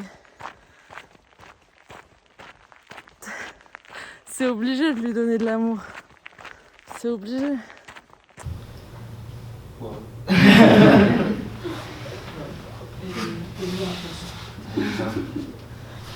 J'aurais quand même une question, parce que tu parles beaucoup, j'ai l'impression que c'est un peu plus atteint que les autres, tout ce côté spirituel. Est-ce que la démarche que tu as faite malgré toi, du coup, parce que tu t'es retrouvé face à toi-même, ça a été dur, ça a été long, justement, de faire face à tes doutes, à tes peurs, à tes contradictions, à tes... Comment ça s'est passé, ce processus, en fait ? Parce qu'en fait, t'as pas eu trop le choix, vu que tu étais dans le silence, tu étais toute seule. Mais du coup, est-ce que c'est quelque chose qui a été dur ? Est-ce que... Oui, ça a été dur. Après, je pense qu'aussi j'étais prête à le vivre, parce que... je pense que j'étais prête à le vivre, mais c'était dur au sens où je pleurais tous les jours, voire plusieurs fois par jour. Mais c'était ok, j'étais ok avec ces émotions, et puis je sentais quand même une libération, comme je vous disais un peu avant. Je sentais que de pleurer, ça me faisait du bien, ça me libérait aussi. Et je sentais ce poids que j'avais. Tu parlais du sac à dos, Anto. Moi, j'ai rien pu lâcher de mon sac parce que j'avais tout mon matos du film, et en affaires indispensables, j'avais pas grand-chose. Donc au final, je voyais pas ce que je pouvais lâcher de mon sac à dos physique, mais je sentais que j'avais un autre sac à dos émotionnel qui était bien chargé. Et donc je pense que le temps aussi de la marche, ça a aidé, parce que au final, j'ai marché 3 mois. Et je dirais que c'est au bout de 2 mois que j'ai senti vraiment la libération et tout ce que je vous raconte là. Et ça, par exemple, c'est vraiment vers la fin, c'est dans les 3 dernières semaines où vraiment là j'étais presque dans un état de grâce, presque pas permanent, mais quelque chose de presque divin. Ce genre de moment, je suis pas sûre, c'est parce que je vis pas ça au quotidien, mais oui, c'est quelque chose qui était difficile, et à la fois où je dirais pas que j'avais pas le choix parce que je pouvais m'arrêter si c'était trop dur, mais je sentais que c'était... En fait, il y a un truc que je me disais souvent, c'est est-ce que j'aimerais être autre part qu'ici ? C'est quelque chose que je me dis tout le temps maintenant, c'est est-ce que si tout était possible dans la vie, j'aimerais faire autre chose que ce que je fais maintenant ou être ailleurs ? Si la réponse est oui, je trouve une solution pour le faire. Si la réponse est non, vraiment c'est là ma place, c'est là que j'ai envie d'être, je sais qu'en fait c'est là ma place, et là c'était ça, même quand j'étais en larmes, au bord de la route, sous une averse de pluie, ou je sais pas, dans tous les moments de désarroi total, je savais que je me verrais nulle part ailleurs, je me serais pas vue quelque part d'autre. Et c'est dans ces moments-là où, quand je suis en larmes ou en souffrance totale, mais je sais que c'est là que je dois être, je me dis c'est ok quoi. Merci Mélodie. Du coup, on va vous raconter notre arrivée à Saint-Jacques-de-Compostelle, enfin. Moi, les quelques jours justement avant l'arrivée à Saint-Jacques, j'étais vraiment dans une démarche j'ai besoin d'un silence intérieur, j'étais vraiment dans cette démarche d'introspection. Et en fait, il faut savoir que les 5 derniers jours avant Saint-Jacques, c'est aussi là où il y a le plus de monde. Il y a c'est tous les pèlerins qui arrivent, notamment espagnols, parce qu'ils peuvent avoir le diplôme, la Compostela, à partir du moment où ils ont fait les 100 derniers kilomètres, les 5 derniers jours. Et donc on passe à 4 fois plus de monde, 5 fois plus de monde sur le chemin. Et il y a des villes-étapes qui sont extrêmement bruyantes, avec extrêmement beaucoup de monde. Et moi j'étais dans une démarche où c'était une agression pour moi, ce bruit, ces stimuli permanents du monde de partout, du bruit de partout. Et donc j'avais choisi de ne pas m'y arrêter. En fait, je m'arrêtais moi dans les petits villages, donc j'étais entre les étapes classiques. Et ça m'a permis d'éviter justement toute cette autoroute de pèlerins. Et donc j'étais vraiment dans cette démarche de silence intérieur qui était important. Et donc petit à petit, je me disais, ça y est, j'arrive à Saint-Jacques, ça y est, au bout de 2 ans, je vais parvenir à cet objectif initial que j'avais, qui était au final, plus forcément un objectif, parce que on se rendait compte que l'important, c'est le chemin, c'est pas l'arrivée, pas la destination. Et donc quelques kilomètres avant Saint-Jacques, je commençais à être vraiment ému. Je me dis, ça y est, j'arrive à Saint-Jacques. Et c'était vraiment puissant. Et donc avant d'arriver jusqu'à la cathédrale, justement, on commence à entrer dans la ville. Comme à chaque fois dans la ville, on passe par plus la zone industrielle, on traverse sur les trottoirs. En fait, il y a encore 5 km avant d'atteindre la cathédrale, donc 1 heure de marche sur le trottoir avant d'atteindre la cathédrale. Et donc petit à petit, là, je me rapproche, je rentre dans le centre de Saint-Jacques. Petit à petit, l'émotion en fait laisse place à la confusion, parce que y a du bruit partout, ça bouillonne, ça part dans tous les sens. Et en fait, quand on est habitué justement à avoir ce silence intérieur, qu'on a entériné ça depuis des jours et des jours de marche, on est dans cette démarche-là, tout bruit extérieur, toute pollution, tout ça, en fait, c'est une agression d'une certaine manière à ce que j'étais en train de vivre. Et donc en fait, j'arrive jusqu'à la cathédrale de Saint-Jacques, il y a la cornemuse galicienne qui retentit, j'arrive sur la place et là je vois plein de monde, il était 13h, donc là on le voit ici, il y avait vraiment beaucoup de monde.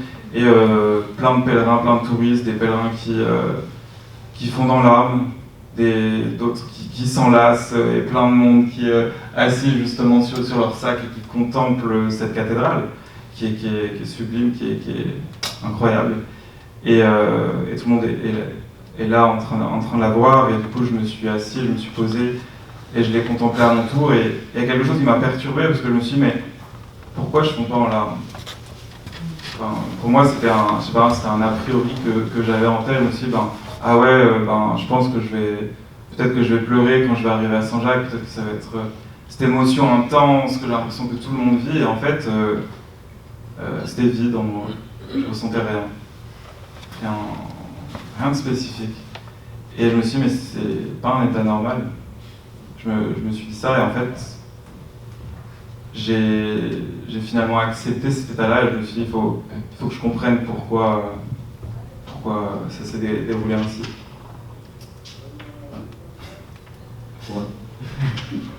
Pour parler très brièvement aussi de mon arrivée à Saint-Jacques, c'était un peu similaire en soi, dans le sens où il y a toute cette excitation le jour d'avant, où c'est la dernière nuit avant Saint-Jacques-de-Compostelle, il ne nous reste plus beaucoup, et on a envie de faire ça ensemble avec tout le monde, et ça va être trop chouette. Et en plus on est arrivé dans la bruine, justement avec Nika, le petit chien que vous pouvez voir juste là. Donc pour la toute petite anecdote, Nika c'est un chien que je voyais tous les jours sur le chemin, qui marchait avec une allemande. Et je me suis rendu compte au bout d'une semaine à peu près que je connaissais le nom du chien mais pas de l'allemande. C'est souvent le cas. Et de fait, en fait, on a fini le chemin ensemble avec Nika. Et c'est vrai que je te rejoins là-dessus, justement, où il y a toute cette effervescence, on sent qu'il y a un caractère sacré, incroyable, où il y a de la bienveillance partout. Tout tous les pèlerins vont enfin arriver sur cette place à côté de cette immense cathédrale. Et autant c'était pas rien, autant il y avait un manque quelque part, en mon sens. Et du coup, c'est pour ça que, bien sûr, on a fêté ça, on était heureux d'être là, mais j'ai dû m'asseoir sur cette place et contempler tous les pèlerins et pèlerines qui arrivaient à leur tour pour justement s'enlacer. La joie, en fait, qui émanait de cette place était d'autant plus forte que après tout ce chemin, justement. Mais pourtant, comme je le disais, il y avait une sorte de manque, quelque chose... on sentait que c'était pas fini, en fait. On sentait que c'était pas fini. Moi, je vous rejoins un petit peu. Je pense que j'ai ressenti un petit peu ce côté-là aussi, où c'était pas l'objectif en soi, et que le but c'était plus le chemin avant, au sens où mon objectif a vraiment évolué avec le chemin, avec mon chemin. Donc quand je suis partie, je voulais faire aller-retour. Après, je me suis dit bon, j'arrive au moins jusqu'à Saint-Jacques. Et après, j'étais en mode bon bah je marche et puis je m'arrête quand j'en ai marre. Et peu importe où sera ce point de j'en ai marre. Et en fait, après un mois de marche à peu près, en arrivant à la frontière espagnole, j'ai compté un peu les jours et j'ai réalisé que je pouvais arriver le jour de mon anniversaire à Saint-Jacques-de-Compostelle. Mais c'était un peu comme toi, Anto. Si je faisais, pour moi c'était 20 km, j'avais compté, si je faisais exactement 20 km chaque jour, j'allais arriver le 15 octobre, le jour de mon anniversaire, à Saint-Jacques-de-Compostelle. Donc je commence à partir comme ça, mais vous voyez un peu, c'est pas du tout mon style de cheminement, donc ça a été ça aussi quelque chose à lâcher, de me dire bon bah, parce que j'aimais bien la symbolique, que la nouvelle naissance, le jour de mon anniversaire se ferait à Saint-Jacques-de-Compostelle. Puis j'ai vite réalisé que, comme tu le disais, le chemin, le but c'est le chemin, c'est pas l'arrivée en soi, c'est ce que j'ai ressenti aussi, et que ma nouvelle naissance, elle se faisait sur tout mon chemin et pas juste en arrivant à Saint-Jacques-de-Compostelle. Donc ça m'a pris du temps, mais j'ai réussi à lâcher ce truc-là.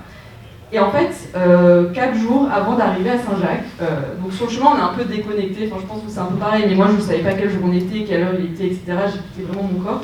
4 jours avant, je me dis, bon, je vais quand même réserver un gîte pour arriver. Je regarde la date, et je vois qu'en fait, je vais arriver le jour de mon anniversaire à Saint-Jacques. Le 9, je fais oui, bah oui. Oui, c'est évident. Bah oui, c'est vrai. Mais je crois que quand je suis arrivée en fait à Saint-Jacques, c'était du coup un très beau cadeau pour mon anniversaire. J'ai senti que ma nouvelle naissance s'était faite tout au long du chemin. Et que Saint-Jacques, c'était pas un but en soi. Moi aussi, j'ai senti le besoin de continuer. Mais que c'était une belle étape et un beau cadeau. Et en fait, je pense le côté, que ce soit mon anniversaire, j'ai vraiment ressenti encore plus cette connexion avec la petite Mélodie. Quand elle m'a vue sur la place, qui m'a un peu sauté dans les bras en me disant, tu vois, quand tu t'écoutes, quand tu suis ton cœur, tout se passe bien en fait. Donc arrête d'écouter les autres, arrête d'écouter les adultes, arrête d'écouter les trop sérieux et tout. Et fais-toi confiance et tu seras bien. Quoi.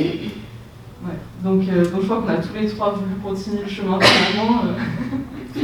Après Mathieu, tu veux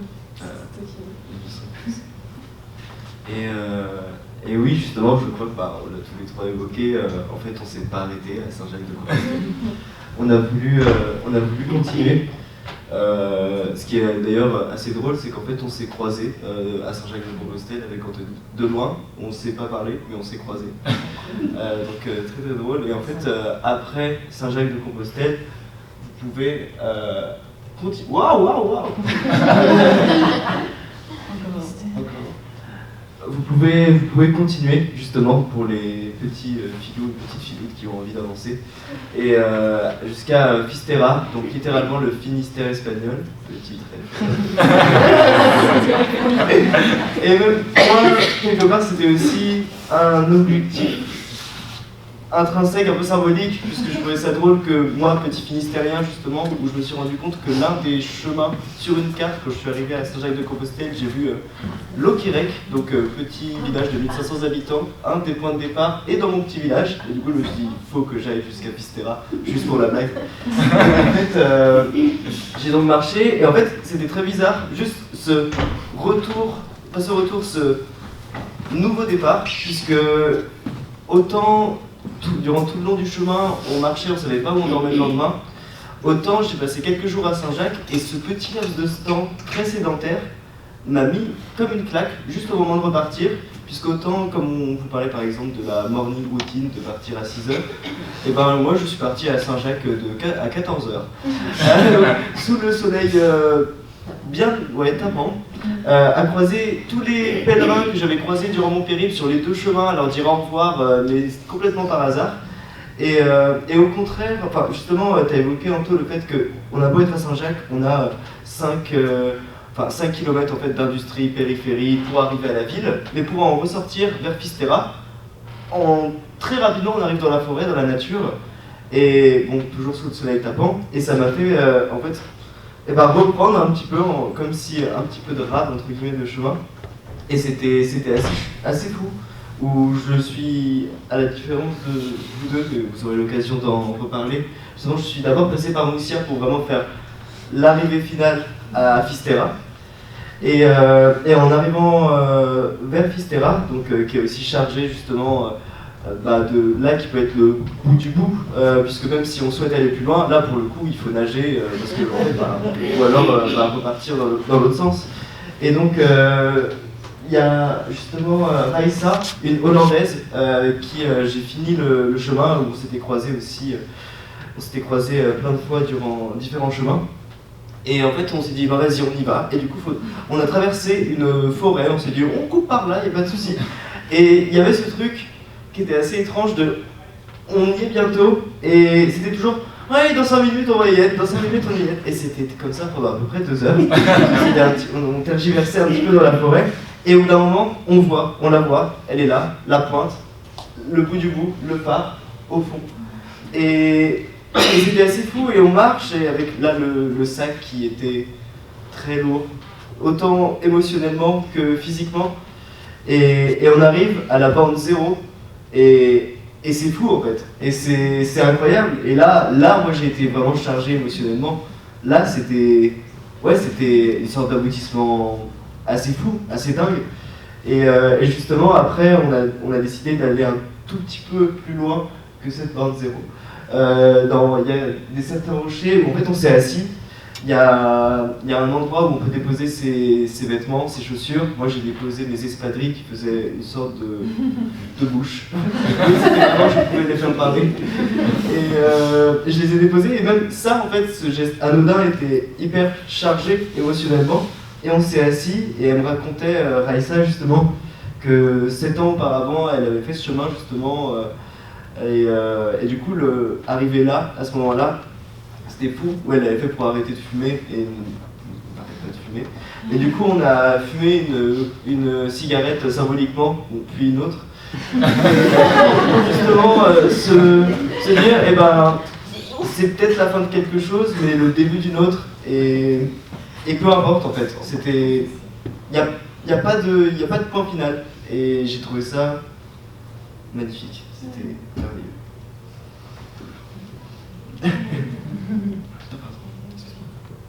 Merci, c'est trop beau, Mathieu. Du coup, moi comme toi, après être arrivée à Saint-Jacques, j'ai ressenti le besoin de continuer à cheminer un petit peu. À l'inverse de toi, quand j'ai quitté Saint-Jacques, moi c'était sous la pluie.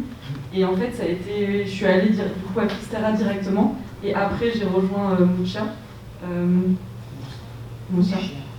Ouais, c'est M-U-X-I-A. C'est un petit peu, en fait, c'est un jour après ou avant Fisterra, selon le sens dans lequel on le fait. Et en fait, ce chemin donc, de 5 jours de Saint-Jacques à Fisterra, pour moi, ça a été. Je vous parlais de nettoyage émotionnel, ça a été le dernier nettoyage émotionnel, les dernières couches de l'oignon à enlever. C'était la tempête, alors que j'avais eu du beau temps pendant 2 mois et demi, c'était la tempête pendant ces 5 jours. Pluie, vent, c'était infernal et très éprouvant physiquement. Et c'est vraiment en arrivant à Fisterra que j'attendais ce sentiment de ok, là j'en ai marre, maintenant je peux m'arrêter de marcher. Et comme, vous savez, comme dans Forrest Gump, quand il s'arrête de courir, moi j'attendais ce sentiment. Je me suis dit, je veux me sentir comme ça et me dire ok, maintenant je rentre. Et c'est ce que j'ai ressenti en arrivant à Fisterra. Vraiment d'un coup, avec le vent, j'avais froid, j'avais de la pluie qui rentrait dans mon kawaii, enfin il n'y avait rien qui venait, c'était les cheveux dans tous les sens, c'était horrible. Et j'ai ressenti ce truc, je me rappelle, j'ai envoyé un message à ma mère, je lui ai dit maman c'est bon, j'en ai marre, j'arrête. Et Et en arrivant à Fisterra, j'ai pas ressenti une émotion particulière. Par contre, j'ai ressenti que je voulais une dernière vraie journée. Parce que comme je ne savais pas quand j'allais m'arrêter de marcher, quand j'ai eu ce sentiment de « ok, maintenant je m'arrête », je voulais avoir ma dernière journée un peu officielle. Et du coup, je suis partie le lendemain pour Moutia. Et ce jour-là, c'était incroyable, il faisait un grand soleil. Donc après mes 5 jours de tempête, j'ai eu un grand soleil pour mon dernier jour. Ah ben j'ai pas mis mes photos. Donc ça c'est en arrivant, le jour où je suis arrivée à Moutia, donc voilà, vous voyez le grand soleil, et c'est vraiment en arrivant au bord de l'océan, et en sentant le sel, l'iode, ce jour-là, avec l'humidité qu'il y avait dans l'air après la tempête, avec le soleil qui... Pour moi le soleil, je l'ai vu, j'ai eu l'impression que c'était presque l'amour quoi, c'était l'amour qui était là, qui m'accueillait, et là à ce moment-là j'ai senti que donc j'ai marché 82 jours et j'ai bien aimé la symbolique de, je ne sais plus comment il s'appelle, mais le tour du monde en 80 jours. Moi j'ai eu le sentiment d'avoir fait le tour de moi en ces 80 jours, en tout cas le tour de moi pour le moment, et que j'étais arrivée, là que j'ai senti que j'étais arrivée au bout du monde et au bout de ce chemin de moi, que j'étais prête à passer à une autre étape, à m'envoler vers ma nouvelle vie. C'est une autre étape. Merci Mélodie. De mon côté, j'ai aussi voulu continuer jusqu'à quelle surprise. Et c'était super important pour moi parce que pour moi ça avait encore plus de symbolique que le fait d'arriver à Saint-Jacques. Je me disais, tu peux aller jusqu'à l'océan, tu peux aller jusqu'à la fin de la Terre, tu peux pas continuer plus loin en fait. C'est la fin. C'est l'océan qui arrêtera mon pèlerinage en fait, mon chemin. Et en fait, cette pensée-là, super puissante et symbolique, m'a forcément donné envie de continuer jusqu'à Fisterra. Et donc 3 jours me séparaient de Fisterra. Il y a eu des journées où ça allait bien, des journées où c'était horrible. Le deuxième jour, par exemple, c'était très très goudronné. Il y a beaucoup de goudron sur le chemin de Compostelle. Et en fait, ça faisait des grosses tensions dans mes pieds. C'était assez dur. Et au final, la 3e journée a été magnifique. On a traversé un no man's land de 13 km avec juste des bois. Et c'était magnifique. Et justement, à la fin de ce no man's land, on commence à redescendre doucement. Et là, on voit l'océan qui apparaît. Et c'était sublime, c'était magnifique. Et là, je me suis dit, ça y est, je suis arrivé jusqu'à l'océan. J'ai traversé toute l'Espagne à pied depuis les Pyrénées, donc c'était super puissant, super fort. Et donc j'arrive à un moment sur la plage de Fisterra. Le temps change beaucoup d'ailleurs, la Bretagne, voilà, c'est exactement ça. Il y avait des éclaircies, après c'était grand brouillard, j'avais dit des éclaircies puis grand brouillard, et du coup c'était grand brouillard. Quand je suis arrivé sur la plage de Fisterra et j'ai quitté mes chaussures, j'ai marché pieds nus sur le sable. Et donc du coup j'ai longé toute la plage pour arriver jusqu'à Fisterra. Et l'après-midi je me suis dit, ça y est, c'est la fin, pour moi ce qui était super important c'était justement de dire, après le processus de la croix, je vais pouvoir me laver une deuxième fois et là me dire, ça y est, je me lave de toutes mes blessures, je me lave de tous ces poids du passé. Et du coup j'ai plongé un peu la tête de la première dans l'océan. L'eau était à 15 degrés, je crains très fortement l'eau froide. Donc c'était pas facile pour moi et je me suis dit, vas-y, lâche ton mental, arrête de te dire c'est froid, vas-y. Et donc j'ai mis les genoux, puis ensuite tout le corps, j'ai mis la tête, je me suis dit, ça y est, je me lave de ces vieilles peaux, je les laisse partir, se diluer dans l'océan, et je m'en défais enfin.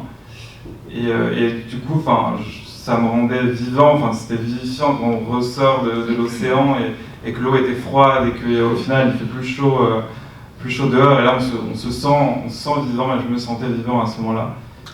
Et donc après le soir, je vais jusqu'au phare, justement la vue est absolument sublime, il y avait un coucher de soleil incroyable, et là c'est la pointe de la pointe, c'est la fin, et en face c'est l'Amérique. Après si on veut continuer, il faut prendre le voilier et aller jusqu'en Amérique.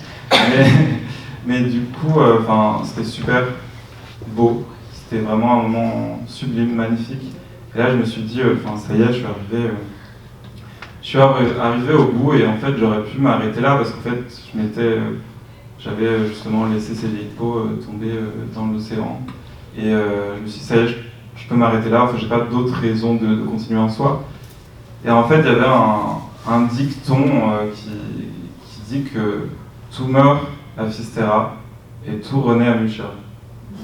Et je me suis dit, enfin j'avais ce dicton qui trottait dans ma tête déjà depuis quelques jours. Je me suis dit en fait là c'était la fin d'un chemin, mais j'ai besoin d'ancrer en fait le commencement d'un autre.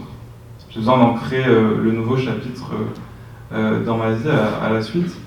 Et donc en fait il y a eu cette mort à Fisterra et une naissance qui était sur la journée d'après. Et au final cette journée d'après je me suis dit il faut que j'ancre tout ce à quoi j'aspire,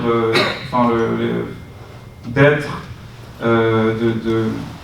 dans ma vie et aussi d'aller vers ce qui moi est important pour moi. Et là je me suis dit sur le chemin j'ai eu toutes ces normes là et je voulais plus les suivre. Je me suis dit il faut que je prenne, je me disais pas, j'avais envie de prendre le temps sur cette dernière journée. Je me suis dit je m'en fiche à quelle heure j'arrive et tout, j'ai envie de prendre ce temps là et au final cette journée a été un douloureux accouchement si on parlait de cette métaphore, parce que j'ai beaucoup souffert. C'était une journée très difficile, beaucoup de tension dans les pieds, j'ai dû m'arrêter plusieurs fois et je suis arrivé péniblement jusqu'à Musha. Mais j'ai pris mon temps et j'ai repris du pouvoir justement sur ce temps. Je me suis arrêté sur la plage, j'ai fait une sieste sur la plage au milieu de l'après-midi, il n'y avait plus de pèlerins, j'ai ramassé des coquillages. J'ai vraiment vécu au moment présent et la façon dont je voulais vivre le chemin. Et c'est ça en fait ce commencement, c'est de dire ça y est, c'est la vie que j'ai envie de vivre maintenant. J'ai envie de me détacher de toutes ces normes en fait qui m'ont construite dans la société. J'ai envie d'ancrer ces nouvelles visions pour moi. Et donc après je suis arrivé à Musha le lendemain, je suis allé auprès de la chapelle de la Barca, donc la magnifique chapelle au bord de l'océan. J'ai posé mon sac et je me suis dit, ça y est, c'est la fin d'un chemin et le début d'un autre. Et du coup, pour vous parler un peu du retour, parce que c'est aussi une vraie question, comment on vit le chemin, comment on vit le chemin au final au quotidien, mais qu'est-ce qu'il y en a du retour? Au final, pour moi, le retour a été compliqué. Il a été compliqué parce que de la même manière dont je vous parlais du fait que tout pouvait être agression quand on est dans ce cheminement intérieur, quand on est dans ce silence-là, et bien en fait le retour à cette réalité-là qu'on vit, c'est brutal, c'est agressif.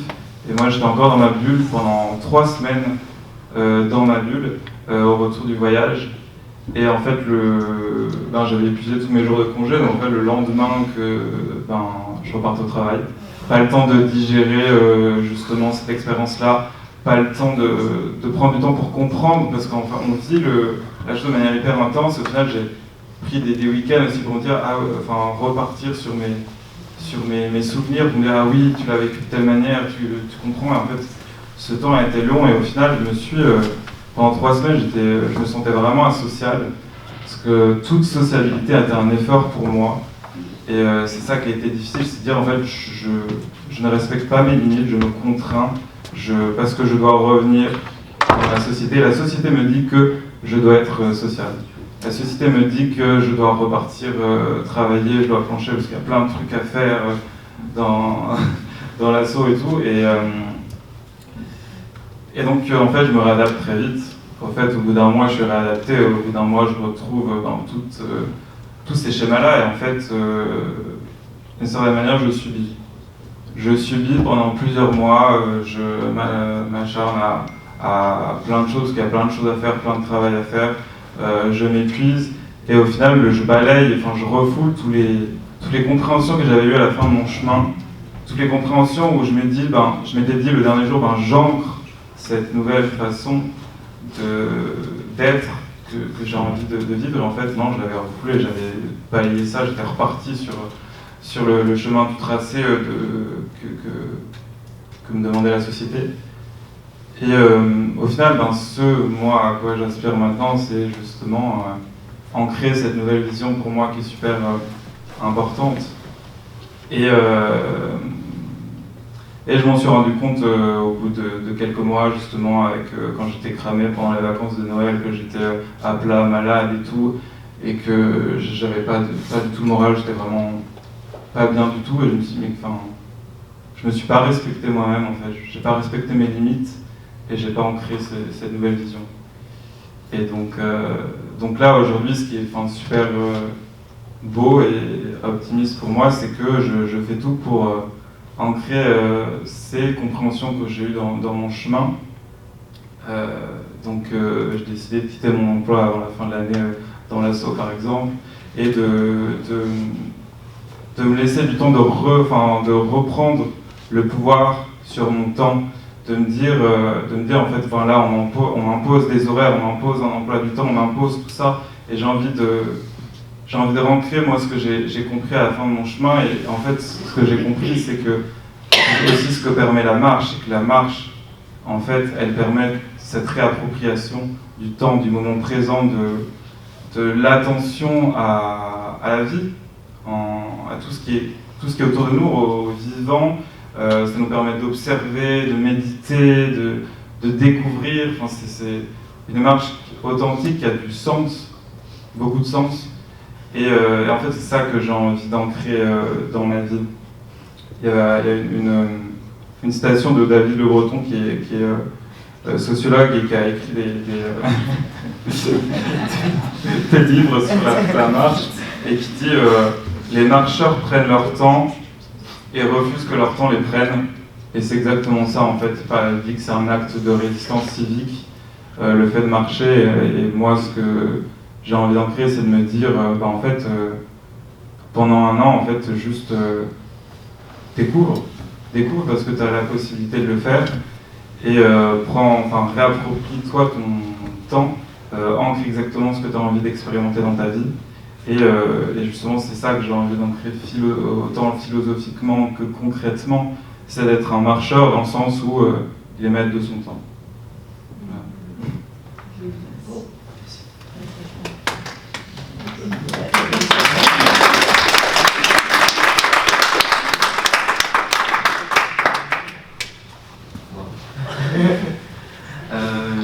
Comme tu vois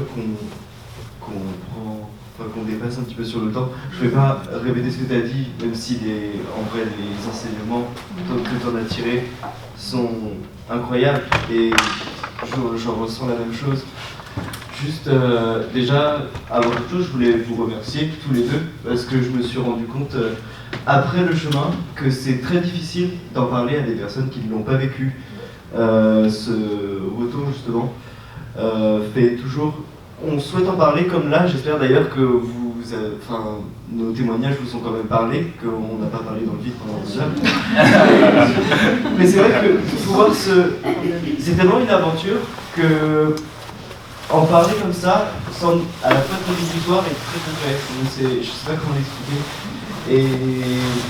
Et oui, moi maintenant je sais que pour revenir sur le fait que j'avais fait ça pour prendre du temps pour moi, maintenant je le trouve et je l'attrape et je ne le laisse pas m'attraper par contre. Et justement, juste cette façon de marcher, juste la marche en soi, m'aide beaucoup, et c'est d'ailleurs pour ça que maintenant je vais beaucoup marcher et que je vais d'ailleurs faire le chemin de Stevenson dans 10 jours. Et même à terme, pour boucler un petit peu cette boucle de Bretagne, j'aimerais bien effectuer, justement, je vous parlais de Loquirec tout à l'heure, effectuer à terme, partir de Loquirec à pied jusqu'à cette bout de la terre pour aller d'un Finistère à l'autre. Et je ne m'étendrai pas plus longtemps, je vais laisser la parole. Très très émouvant. Moi je suis très émue de vous écouter tous les deux. Et parce que je trouve ça, comme tu me dis, c'est chouette de pouvoir partager, je pense, nos chemins entre nous, à vous, et aussi de sentir que ça fait écho. Parce que je pense que ce qui est difficile, c'est que parfois ça fait pas écho. Moi je sais que sur le chemin j'étais partie. Rapidement j'ai très bien vécu le retour, vu que j'ai arrêté quand j'étais prête à arrêter. Je j'étais très contente de m'arrêter et de passer à autre chose dans ma vie. Et j'étais partie pour chercher, je pense, la liberté extérieure. J'étais partie chercher la liberté. Pour trouver la liberté, je suis passée par la liberté extérieure la plus totale, c'est-à-dire vivre en autonomie, dans la nature, je ne peux pas faire plus libre. Mais en fait, dans ce chemin-là, je me suis rendu compte que j'étais pas libre parce que j'étais mon propre bourreau et que ma liberté intérieure, je ne l'avais pas encore trouvée. Et ce chemin, après ce chemin, je me suis rendu compte de ce qu'était la liberté intérieure. C'est qu'en fait, on est notre propre bourreau. Quand j'ai voulu... quand je me forçais à arriver, quand je voulais absolument faire l'aller-retour et que finalement j'ai changé de plan, je me trouvais 1000 excuses, on se trouve toujours 1000 excuses, mais en fait les excuses c'est que nous, ça vient toujours de nous, on peut toujours faire plein de choses, tout ce qu'on veut. Et moi je trouve un truc qui m'a vraiment... je savais que tout était possible, mais là de le vivre, de se dire que on a vraiment toutes les cartes en main en fait, on a toutes les cartes en main, on est toujours capable de changer les choses, de changer le cours de notre vie. Anto, tu le prouves bien, je trouve ça beau, je savais pas en plus que tu avais ce plan-là et c'est pour ça que je trouve ça trop beau. Et ouais, c'est ça, c'est qu'on est responsable de notre bonheur, on est responsable de nos choix, on est responsable de ce qui nous arrive dans la vie. Alors certes, il y a l'extérieur c'est juste un terrain de jeu, c'est des miroirs, c'est des stimuli. Et le problème c'est que parfois on est englouti par tous ces stimuli, on est obnubilé par la routine, par les gens qui nous parlent trop, par boire des verres avec des potes, par les réseaux sociaux, par sortir, aller au théâtre, au ciné. Alors c'est hyper important de se cultiver, je dis pas le contraire, mais que le divertissement, les stimuli, l'extérieur, c'est aussi ce qui vient nous parasiter de nous écouter nous-mêmes. Et je trouve que justement quand on accepte ça, et qu'on se coupe et qu'on entre dans ce silence intérieur, comme tu disais Anto, et je pense qu'on a rencontré tous les trois sur ce chemin-là, on se rend compte que les seules limites qu'on a, c'est nous qui nous les mettons. Et que ces limites-là aussi qu'on n'écoute pas, c'est nous qui ne les écoutons pas. C'est pas, alors oui, c'est peut-être notre boss qui nous force à faire ça, mais moi je suis libre et je peux très bien lui dire non, je le fais pas. Donc, en soi, on est toujours libre, et d'autant plus, je pense, je me permets de dire ça, je pense dans notre milieu un peu privilégié, on n'est pas dans un pays du tiers-monde, en France, on a d'autant plus toutes les cartes en main, et parfois c'est juste une sorte de regard à changer de paire de lunettes en fait, sur le monde, et voir le monde à travers ce prisme de tout est de ma responsabilité, et mes émotions c'est ma responsabilité. Cette personne qui me met en colère, ouais, ok, il m'a mis en colère, mais en fait, c'est moi qui réagis comme ça. Je peux très bien me dire, j'accepte, pourquoi ça me met en colère, qu'est-ce que ça vient toucher en moi, pourquoi cette personne-là me met en colère, parce qu'en fait, lui, il agit normalement, voilà. Et pour moi, c'est tout ça dans la vie qui est intéressant, et que maintenant, d'avoir été très seule, ça m'a permis d'analyser chaque petite chose que je vivais, chaque petite chose que je ressentais. Si je voyais une pensée qui me traversait la tête et que ça me rendait triste, je me disais pourquoi ça me rend triste, et maintenant quand je vis quelque chose je me dis pourquoi ça me fait, pourquoi je ressens telle souffrance, qu'est-ce que ça vient chercher en moi dans mon histoire, et pourquoi j'ai l'impression de m'étaler pardon. mais cette histoire de souffrance c'est quand même important parce que c'est quelque chose que je pense qu'on vit tous, on vit tous des souffrances, on a tous des moments difficiles, et parfois c'est plus simple de se laisser aller à la souffrance que de reprendre un peu le pouvoir de notre temps, toi aussi, de notre gestion, de notre organisation avec soi. C'est plus simple parfois de se laisser aller au tourbillon de la vie, plutôt que d'agir avec courage. J'aime beaucoup ce mot et je tenais à le placer aujourd'hui, parce que j'ai découvert il n'y a pas longtemps que courage, ça fait cœur, âge, et je trouve agir avec le cœur. Et quand on agit avec le cœur, en fait, on est libre. Parce que quand on suit notre cœur, on est libre. Ce qui nous emprisonne, c'est de ne pas suivre notre cœur. Mais à partir du moment où on suit notre cœur, tout est possible, et on peut toujours trouver une solution. Donc, je voulais juste vous poser la question, peut-être, si aujourd'hui vous vous disiez que tout était possible, que vous n'aviez aucune limite, qu'est-ce que vous feriez là, tout de suite, maintenant? Et si c'est un truc, si c'est aller sur la Lune, peut-être réfléchissez à pourquoi aller sur la Lune. Parce que peut-être que c'est parce que je veux fuir cette famille, ce travail, ce monde, Et en posant des pourquoi à quelque chose qui peut paraître immense, un énorme projet, un énorme rêve, en posant des petits pourquoi comme ça, on se rend compte qu'en fait, là maintenant, je peux faire cette chose qui me rendra, qui est de suivre mon cœur et de me rendre heureux et d'atteindre cette liberté intérieure. Et d'ailleurs, je pense que, et je finirai sur ça, mais je pense que Nelson Mandela l'avait très bien compris quand il était en prison et qu'en fait, je pense que c'est comme ça qu'il s'est libéré, alors qu'on se dit, en prison, on n'est pas libre, mais en fait, si, parce que c'est en nous la liberté et qu'on peut être libre à tout moment. Et d'ailleurs, là, je finirai vraiment sur ça. Ouais, je finis juste ça. C'est que je pense que la liberté la plus totale, c'est quand on arrive à être dans un extérieur qui ne nous convient pas et dans lequel, avant, on se serait dit non, mais là, je suis emprisonné, je me sens enfermé, mais qu'en fait, on est tellement libre en nous qu'on se sent libre et qu'on se sent à notre place, quoi.